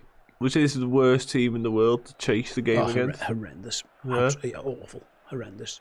They can kill you, can't they? Yeah.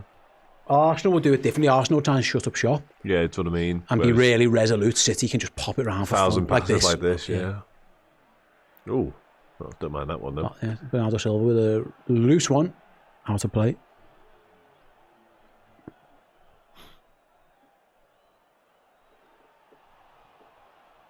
Just give us something. I wonder who we're on these likes. Maybe it's your fault. Playing us. Maybe it's your fault because we're not on 1,000 likes yet. We're on 800. Not our fault. No, Pep looks tanned, only Pep's had a nice break. Yeah. Tanned and the beard's gone greyer. Gomez with long throw straight to City again. What the fuck? What was that? Gift is the problem as well. He's not seen him. He's offside. Doku's in. He scored. Surely he's off. Semenyo. Yeah. It's 3-0. Is that not offside? That could be game over if it's not. We just threw the ball to them. Semenyo's in. That's offside, surely. We said the second one was easy. It was Semenyo. Sorry, I thought it was Doku. It's Semenyo. That could be game over. I'm convinced that's offside. You can just tell. I mean, they don't look like they think it's fine. Not for a single second did he think it was offside. Van Dijk's looking around. Semenyo's asked for the thumbs up, and he might have got it. You know, he celebrated again. I mean, what's that throw? This is arguably. Oh, Gomez might be keeping him on. Oh, he's on. He's onside. I think he's just on. He's onside. Yeah, it's 3-0. Game over. Job's a good one. Run off the back of him. Dink over Mamardashvili. Yeah, it's a goal. I thought he was offside. He's not. 3-0. See you later. This could be embarrassing now. Is now in the realms of getting really ugly. Getting smashed, yeah. Good finish. Good finish. That's rubbish. That is rubbish by Liverpool. Just threw the ball to them. One run, one ball through. They're in, and he is onside. I was wrong. It's a great run. It's a great finish. Rubbish. Tell you what, Virgil van Dijk's had better days. I've got to say, I can't even fathom how easy that is.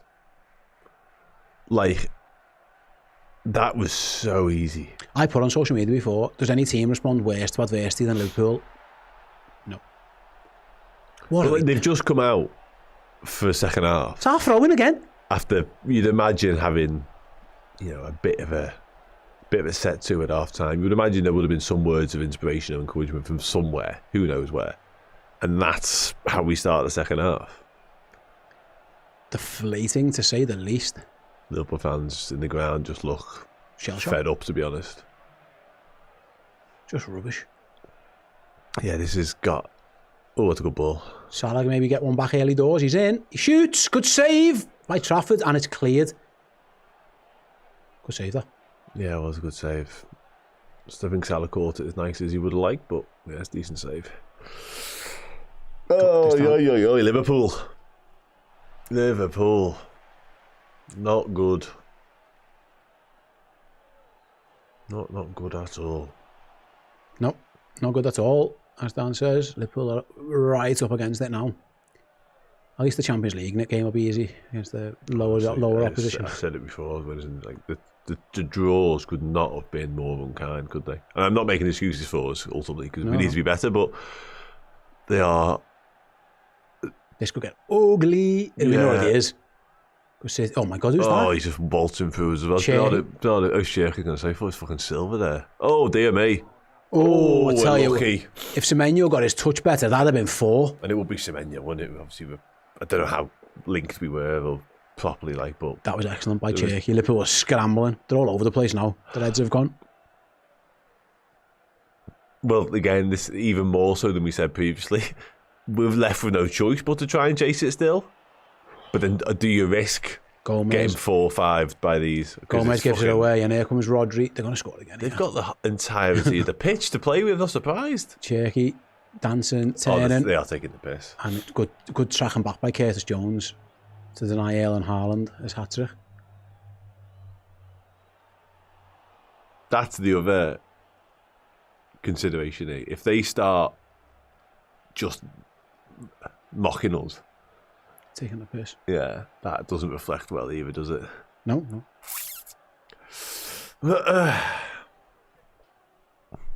Strap yourselves in. Ugh. Oh God.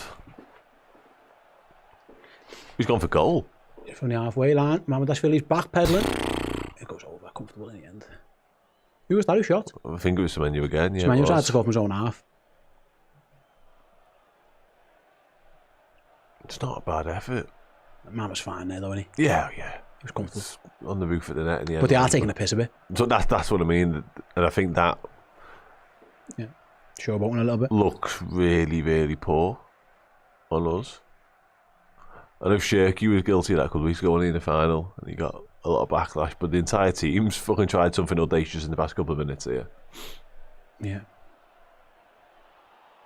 We just look... We've got some super chats here, which aren't as complimentary to Arne Slot as others may have been in the past. I'll read them out in a moment.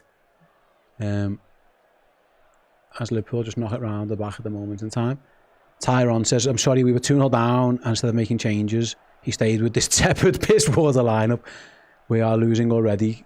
Go for them. Sack it, man. What would you have done, Tyrone? Let us know in the comments. I was surprised maybe there wasn't something done. Maybe he's trying to get them a rock up the arse. It hasn't worked if it did. No, far from it. Was the case.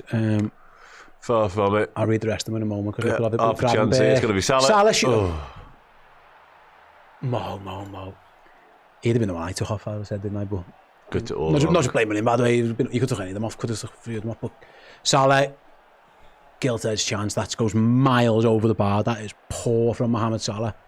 We've got this Salah first chances, but it's actually a decent... He does okay. It was a good save. I did him a disservice early on there. What a TRL9 says, slot in, right, FSG. I'm so happy they trust this fraud. All I would say, I am with you on the manager. I just don't think you need to be abusive or too disrespectful. I think fraud.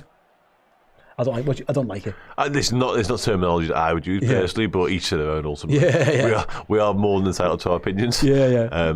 Be nice. I think fraud is borderline. I would never use it. Yeah. I've seen and heard it gets worse a lot said about him. Yeah. So it's not something that offends me necessarily. But tonight I didn't expect anything different. This has been us all season. PSG feels it'll be more of the same and a change is needed. That's me. I'm in that. That's my camp. I'm more like Butter Knight. This is the first leg of the nightmare scenario for me. And by that I mean you could get beat by City regardless of how you play or what the scoreline is, and that's fine. But now, looking at the scoreline and the potential for it to get worse before it gets better, and then you could go to PSG and something similar happen, then I think you are in a different boat. You know what I mean? There's a manner with which you're allowed to lose those two games, if that makes sense. Don't want to lose either of them, obviously, but you get my point.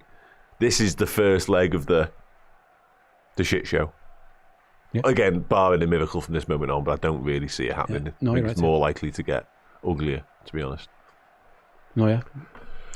Probably going to get worse before it gets better. And PSG better than the City team. Even this passage of play, the ease with which they've made it from back to front. Yeah, we've got our edge. We've gone now. Shambolic. We are walking. Oh, look at this. It's going to be 4-0. O'Reilly, across goal. Haaland, 4-0. It's hat-trick for Erling Haaland. Liverpool are a shambles. They are getting ripped to shreds. From back to front, Dan was saying it the whole time. Just way too easy. That was... It's at walking pace. Liverpool are all over the place here. It's gone from bad to worse. Someone said in the Super Jack's actually 5-0 on the way just before this went in, and you wouldn't put it past them. Mate, there's more time left than that. It could be more. Yeah. I remember being at the Etihad when we got beat. Was it 5 when Sadio Mane got... At least there was a red card in that one. We're going to say at least there was a reason for that. That was a pretty harrowing experience, but... How easy is this?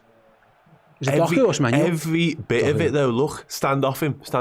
Let him play the passing behind. No one goes with the runner. Haaland's on his own, more or less. 4-0. This could be cricket score, this. We were talking about cricket before. City... And listen, again, they're a good team, and we said this before, but that was just shambolic from Liverpool. They've got no effort, nothing going for them. The game's done, the tie's done. The problem is, Dan, the logical thing to do would be get all the lads off and say save ourselves for Paris. But you could get beat 8. I know. I honestly don't know where to go. I don't know. In terms of this game of football, I swear to God. This is gone. This game's gone. This game of football's gone. There's no two ways. But how do you save face? Do you save face? Is there any saving face? You know what I mean? Because you're right. You know, rest the lads. They're doing the fucking Poznan. Yeah, they're taking the piss. This is what I was worried about. Yeah. O'Reilly slips, Salah, edge of the box, looks for a pass, straight to Nico O'Reilly into his goalkeeper's arms. They're walking out. Some Liverpool fans are getting off, don't blame them. Yeah, Ben Hook says we can't shut up shop on Wednesday with PSG 5-0. I mean, Liverpool aren't shutting up shop now. They've done a bad job of it.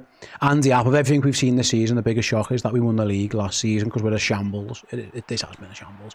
Again, for 40 minutes, it was okay. Yeah. I stand by that. And then since then, it's been diabolical. It's just disgraceful, really. City are toying with us. They've had lads shooting from the halfway line, lads dinking at each other on the halfway line. Liverpool have gone here.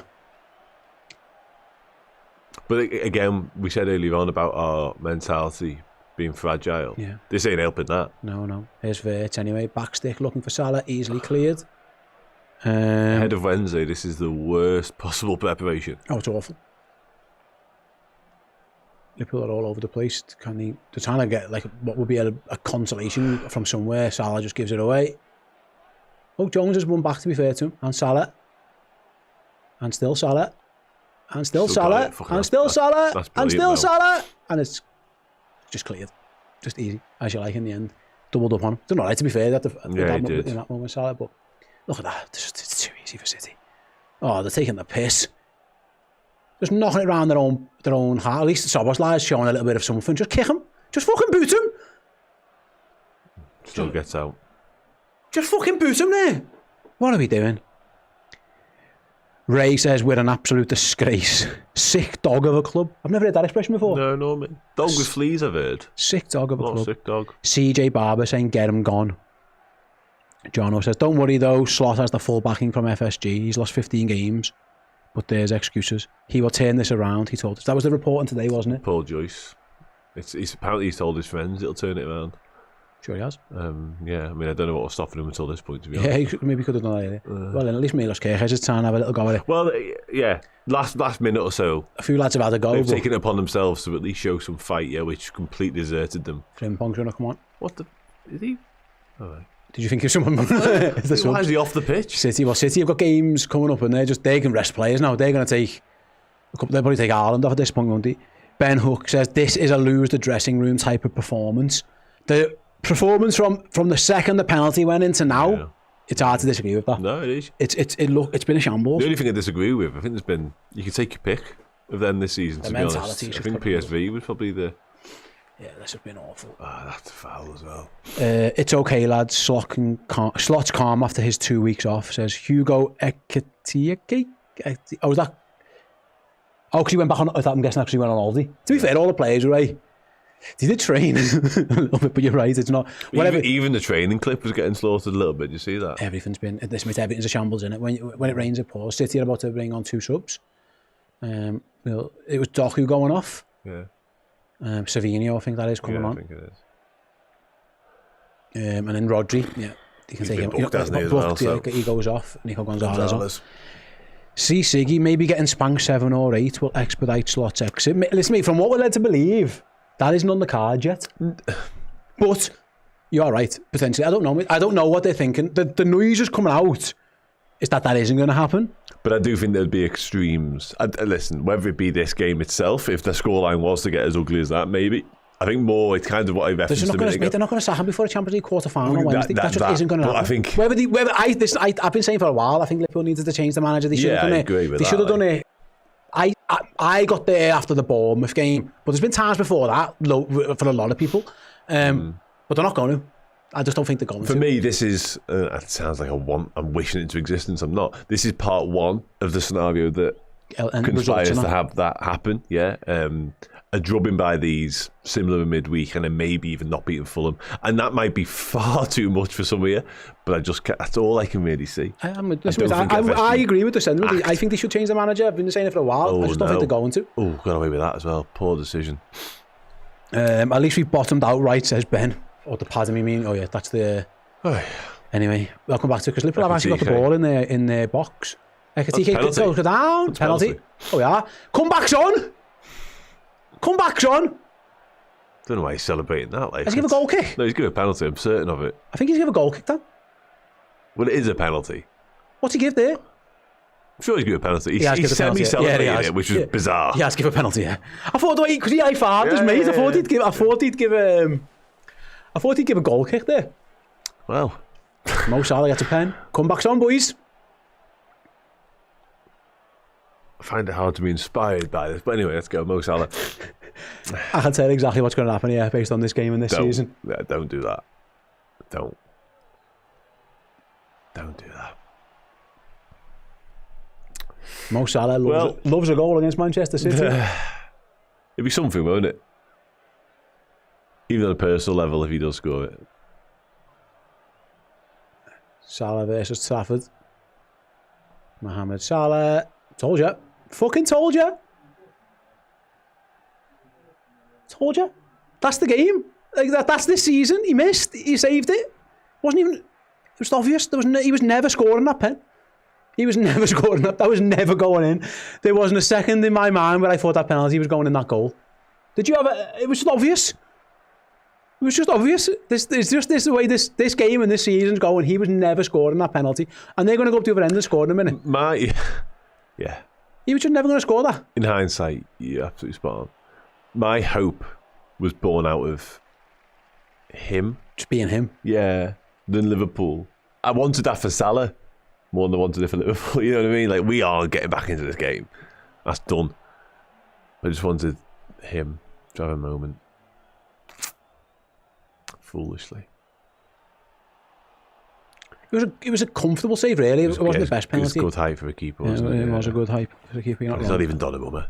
No. Like, it's not even penalty save extraordinaire. It's James Trafford. I will get back to some of your super chats in a moment, guys. Sorry, we've just got some... City have got a free kick, so we can't stop it there. Let's see a replay of this penalty before we go. Let's see. That's a poor pen. It's a nothing penalty, isn't it? It's a poor pen. Not in the corner. Good height. Predictable. Slow.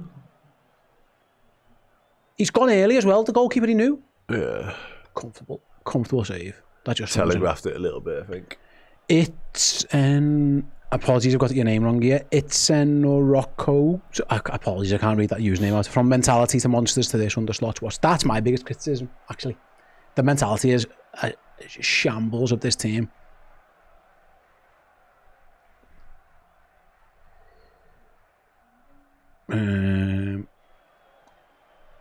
Yeah, Stuart says the same thing. The mentality starts from the manager. This isn't tenable. Oh, let it go. Yeah, the RTV saying it's going to turn itself off. Power saving. Let it run. Maybe we should do the same. Yeah. We should have done it with them. Well, to be fair, the players have been power saving for 40 minutes here. Fuck me. Collins with the super chat as well, though. Frimpong. When's did he come on? A few minutes ago for Gomez. Liverpool are making 3 subs. Oh! Gravenberg's just been absolutely crunched by Gonzalez.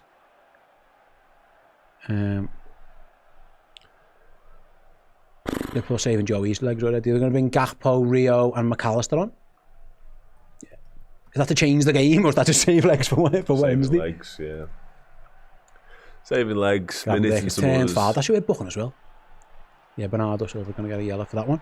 Who cares? If Alonso came in, would he even get enough time to install his tactics in the team with the World Cup? It could be another sketchy season start. I don't know. Yeah. Listen, Arne Slot did it. I've heard the arguments against... It's the reason, actually, you do it now. Yeah, I get It's why I would make the change, because I'd give someone the end of the season, but... To start implementing and getting their ideas across a little bit. I understand that, yeah. But I don't think, on the flip side, if you do let the season run its course with Slot, I don't think you don't make that switch because he hasn't got time. You know what I mean? You do whatever decision you think is right. Ekatike is going off for Gakpo. Vert is going off for Rio. Pretty chase in the afternoon, and you can see the body language of I didn't see the third. I think there was a third change. McAllister came on. I didn't see who it was for, sorry. Sal looks like he's gone central anyway. That's kind of the instruction he's just been given by the looks of it. Yeah. I don't see the argument against making the change in the close season, just because there isn't time Liverpool took Gravenberch off there, didn't they? Tactically, yeah. Probably the booking in mind as well. I would have, but then say, surely we will be eliminated, says Aaron Garza, by PSG. Even if we sneak a Champions League spot, can you honestly say you will be okay with another season? No, I don't think so. No, for me, fifth isn't enough. No. As for Frimpong crosses, by the way, and Liverpool with a corner. That would feel like a stay of execution, and I think it feels Rodgersy, doesn't it? Yeah, exactly. For many of the reasons, and I'm terrified of missing out on Xabi Alonso as well. If it does indeed come to pass that's going to be the case, and he moves on somewhere else in the summer. But for all the reasons we've kind of outlined why Liverpool won't do it mid-season this time, kicking the can down the road means you might have to do it mid-season next time. So, yeah.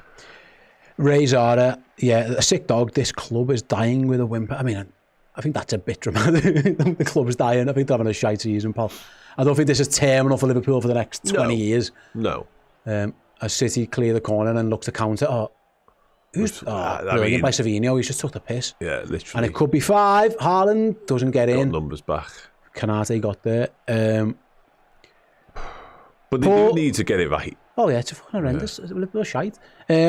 Porter Jiddu. Why exactly can't we sack him? Because I hope Anfield boos. I mean, Anfield did boo.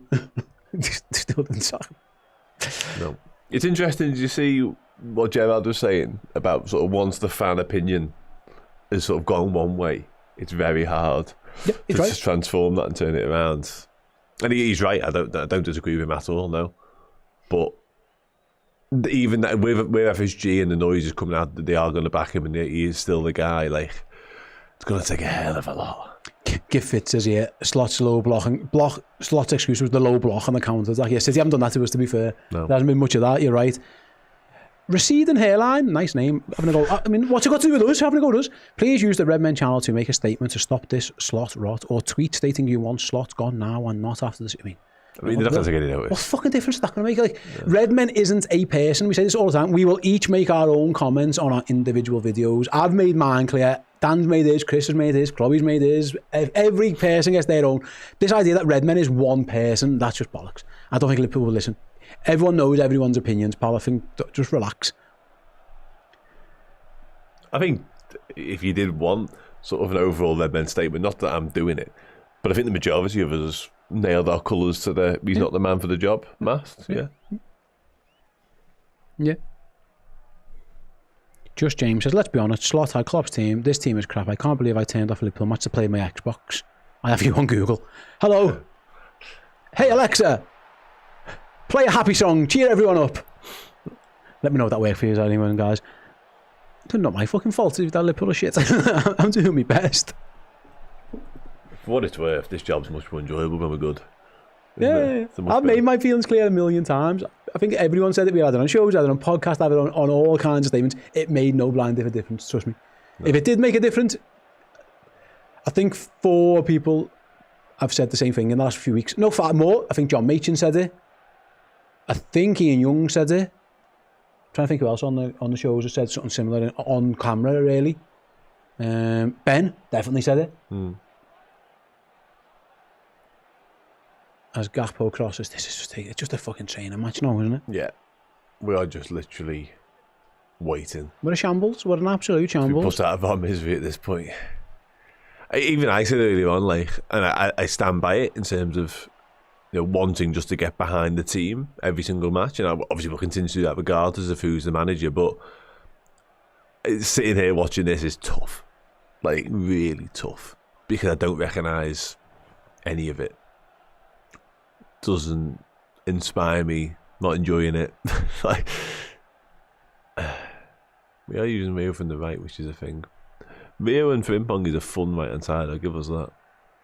Someone said, I think I've just played a few Alexas. Oh really? Yeah, nice one. I hope I did.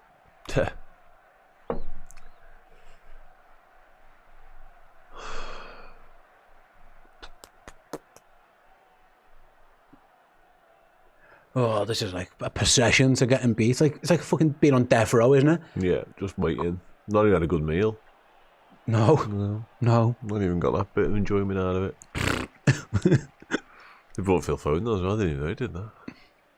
It's mad how he's just becoming a bit powerful at the minute. Yeah, he has become some sort of like an also-ran, hasn't he, for them, which is far removed from the absolute world beater he was 2 seasons ago. Me and Cherky's putting a Liverpool shirt on. That'd have been handy if he'd done that. On. Why are we swapping shirts? Is that not like... Why the fuck are we swapping shirts after 70 minutes, lads? That's not even worse in terms of the look. I hate that. Fucking hell, Hugo. Listen, in the grand scheme of things, right, it's not. It's fucking a minor issue. But what? Insult to injury. We can't be swapping shirts 4-0 down after 70 minutes. Do it in the tunnel. Shirky's on the bench putting one of our lads' tops on. They've gone to Ekatike now, who thankfully hasn't got fucking main shirt. What are we doing? But still. I wonder if he got told not to put that on, by the way. Just to take the piss. You noticed when he stopped doing it, didn't he? I wonder if somebody said to him, not now. He should have. He shouldn't have done it. Why did he swap shirts with him? It's a joke. It's fucking stupid. Joke. But you can't swap shirts at 4-0, mate. I wonder if everyone I am not. stopped. It could be 5-0 later unless Ebu gets back. He's done well, actually. Has he? Yeah. Mate, I am not the biggest, like, fucking... I don't feel like a boomer sometimes. I'm about to be booming here. You can't swap shirts 4-0. Fucking sub, do it in the tunnel, do it after the game. Go and who's your mate, that's fine. What the fuck are we doing? I think someone told him not to as well. Jeez, Christ almighty. Anyway, whatever. Game's carrying on. Game's gone, literally. Game's gone. You know what? In every game's gone in every sense.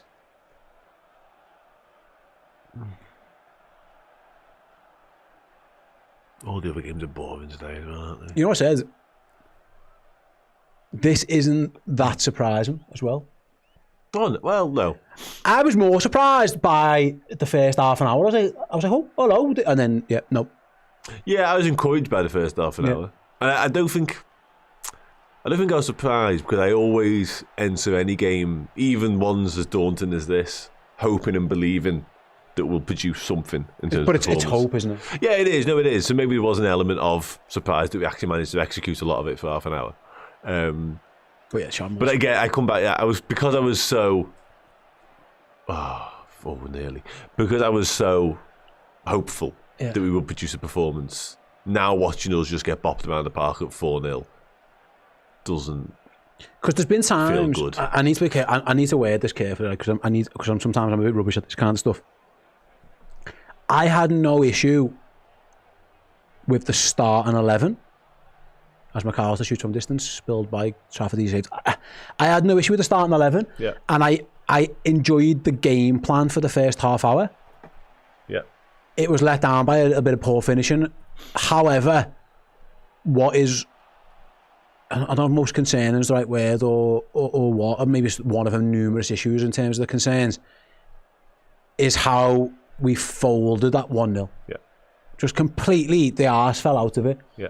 I couldn't come in here and say, oh, that team was wrong, what were we trying to do? I could see what we were trying to do, and they had a little bit of success with it, a little tiny bit. And I'm not saying like they were brilliant. No. They were in the game, they were matching City, it was an even contest.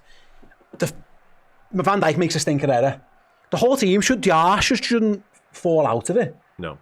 I'm with you. I think that is culminated by the environment that they're all in. Leadership on the pitch, leadership off the pitch, all of it. The environment is clearly wrong. Yeah. Because I've seen Liverpool teams get beat before. I've seen Liverpool teams get beat before, but I've never seen them just, the arses just go, for the most part. 4s and 5s, and the lads fucking taking the chips on the halfway line and swapping shirts after 70 minutes. Like, something in the mentality is not right.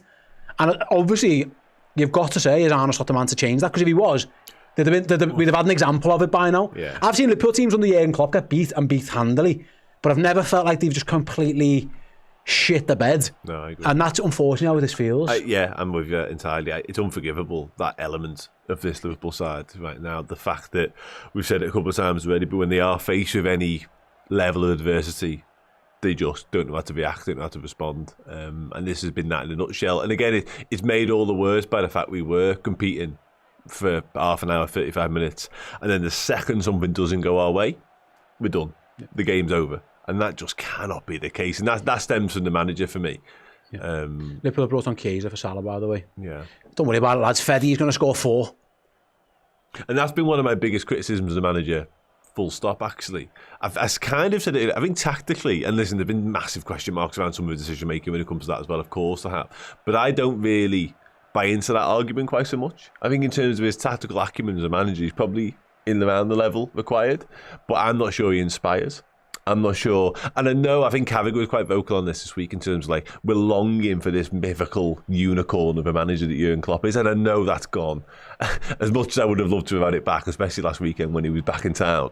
But it's that side of Slot that I've never really bought into. It's and I think that's borne out in the performance as well, because certain managers wouldn't allow teams to crumble in the manner that we have done this afternoon. I've never been a big believer like lost the dressing room but this is about as close as you can get. And again, what is it about them? What is it that's been allowed to creep into their mindset and their mentality that means that when we do suffer in a game, we don't react? Because football isn't easy, and you never win things. Liverpool don't win things. You just don't. It's hard graft, and sometimes it goes against you, and it's how you respond to that adversity and that thing. And listen, you can go on to get beat, but you can have a real fucking good go at it. Yeah, and we're not even doing that. And recently, I felt at Brighton that I wasn't there at all. It was tepid. Yeah. I thought from 1-0 up against Spurs, it was tepid. Mm-hmm. I thought at Wolves, actually, when we were getting beat, it was tepid. Liverpool just got a goal from a bit of a mistake by Wolves. And tonight, from 1-0 to 4-0 in that short space of time was the ultimate one of these lads have got no resilience. And again, I go back to it, the professional footballers. Like, they should have that themselves, but also... Yeah, but personal... If the environment didn't matter, then everyone wouldn't talk about the environment all the time. You know what I mean? If sporting environments meant fuck all and it was just about the play, then people wouldn't praise it when it's good. So it has to... It clearly does mean something. Why was the Mentality Monsters tag such a big deal? Yeah. You know what I mean? Because it worked. Yeah. Because it paid dividends. And we unfortunately, I say this unfortunately for Arne Slot, you can't kid people. And we've seen that. We've seen it can happen. Yeah. And I don't believe that all these players are shite. Well, no. So if I thought, like, if I, for example, thought the players weren't at the level, and these are all just crap, I agree. then you go, you know what, there's nothing he can do. He's dealing with shit. Mm-hmm. They're not shit players. No. They're not. They're all international footballers. They're all 50, 60, 70 million pound players. Literally, we've seen a large majority of them over the course of the last 6, 7, 8 days put in top class performances away in Sash duty. They come back to Liverpool and they look a shadow of what we just witnessed. I'm with you. And again, I don't want to harp on about the olden days and the good old days under Jurgen Klopp, but here I am again, I'm going to do it. I think, again, this is an example that's been used in multiple places. But Jurgen Klopp was able to get the best out of every single individual, good, bad, ugly, indifferent in terms of quality, in terms of levels, and you do have to turn to Reece Williams and Nat Phillips, and the performances he's able to draw and coax out of them, who by right, with all due respect to the pair of them, were not elite level Premier League footballers. The fact he was able to put them two together and get something like resembling elite level Premier League performances out of them is testament to the man and the man management skills. This is the opposite. Like, as a collective and as individuals, it's the opposite of that. I've always thought, and we've seen it bear fruit a little bit here today, City have always pretty much had a better squad than Liverpool. Man for man, you can argue certain times who's better, who's whatever. In terms of best 11, they've combined. They've always been a bit. Like, Liverpool's mentality was what got them closer to City, you know, and that relentlessness and that, like, we just don't give up. And to be fair, City had it too. City, you know, they won their Premier League title by being 2-0 down and winning the game. Like, City have been fucking headstrong for years. The biggest gap between these two teams now unfortunately, is that. And we've got a super chat actually from Robbie who says, this game shows the mental chasm between the top team and a top 6 team. And however Redmen operate even in these times, well, the next one, with class, we would encourage fans to do the same. We are Reds and better times are around the corner. Fair play, Robbie, thanks for the second part. Yeah. I think the first part's right. The difference in mentality between us and these, you know what I mean? And listen, this isn't even like the City's best teams, that they've been questioned at times this year. You know, they've let things slip a little bit. Well, they're not an all-conquering Man City side. But I've never really questioned their, like, bollocks. No. I'm questioning Liverpool's today, you know what I mean? Yeah. Well, you only have to look at the goals. You don't even need to have watched the full game. You might quite enjoy the first half an hour, to be honest. But the goals for me are a microcosm of how damning it's been. Yeah. Because the ease with which they're scored is frightening. Like, absolutely frightening. And again, had it have been still 0-0 and the game still in the balance like it was, maybe you'll see a different version of us defending in terms of off the ball. Because I thought we pressed okay and I thought we were quite tight. We saw Gomez and Kirkes in the early exchanges doing stuff like that. But then once we go 1-0 down, we just panic. We're just frozen. And City just have the freedom of which just to waltz through us. And it's just... anyway. It's just rubbish. It's just rubbish.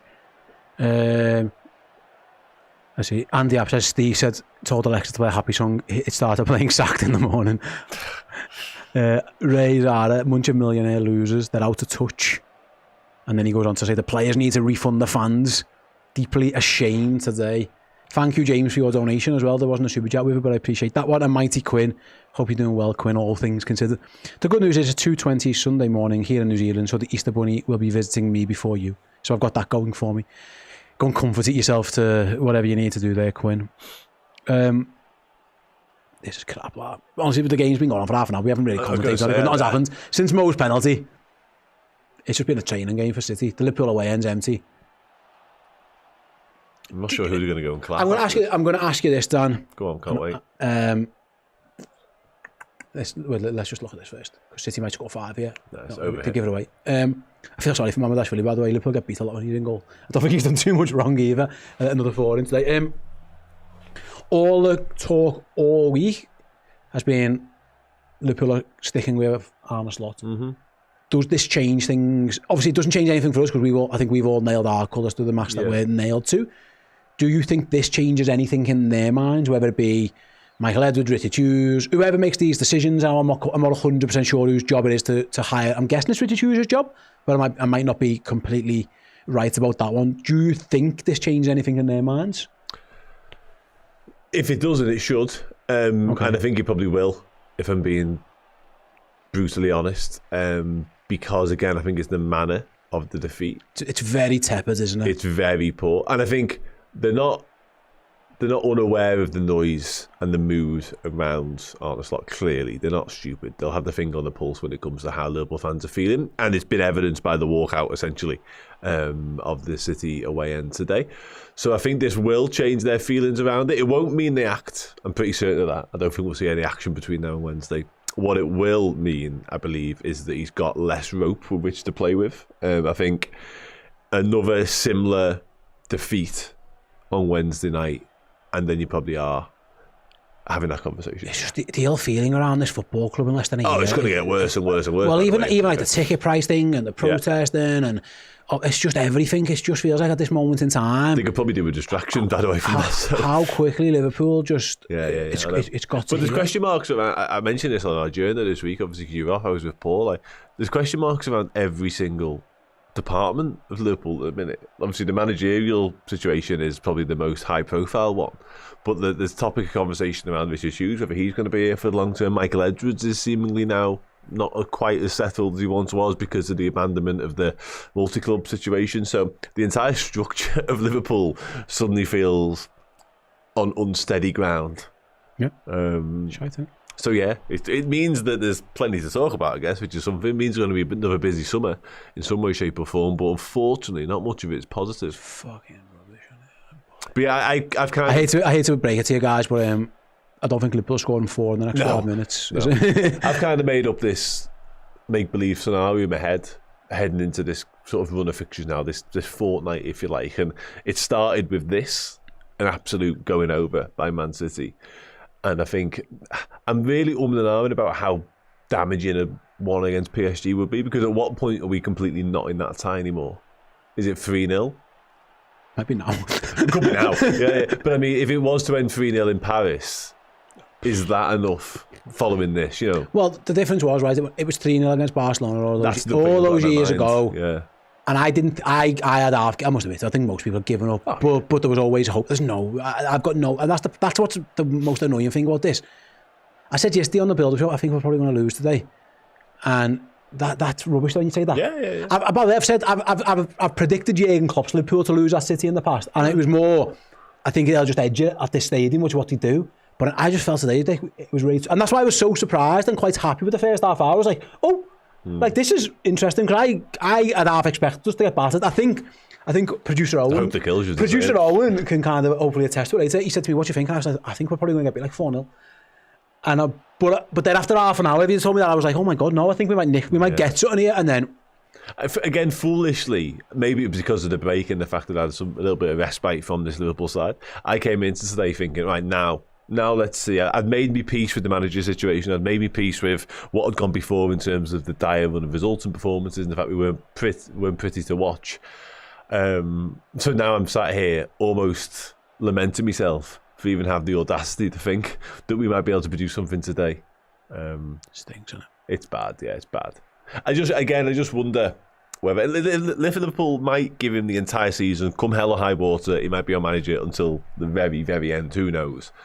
But I just wonder, like, a beating in Paris, maybe then getting knocked out. There has to come a point. And it's funny, and I like James Pearce a lot. People may not, obviously. I know him sort of individually as a person, as well as obviously. He's reporting on what he's told by the people he speaks to, isn't he? He is, and did you see? He said a very similar thing ahead of Brendan Rodgers getting sacked a couple of weeks later. So what he's reporting is absolutely gospel in terms of what he's been told and what's been said in terms of at FSG, but doesn't always mean that it's right. All is well with the world. Yeah, let's put it like that. The worst indictment I've got, I put on social media there, does any team in the country have a worse mentality? Sorry, does any team in the country respond worse to adversity than this Liverpool team? And someone's wrote Spurs. That's how bad we are. That's probably right. We have got the same mentality to going behind often as Spurs have. Like, what's that? No, well, yeah. It's... And by the way, this hasn't all been all season, because at the start of the season, it was actually the only thing going for us. Yeah. Because Liverpool would have, if you go cast your mind back to August, Liverpool, I think we were doing shows of, we're not playing very well here, but the mentality's bailing them out. And Gamoa and Chiesa, etc., etc., etc. And that's just gone completely the other way.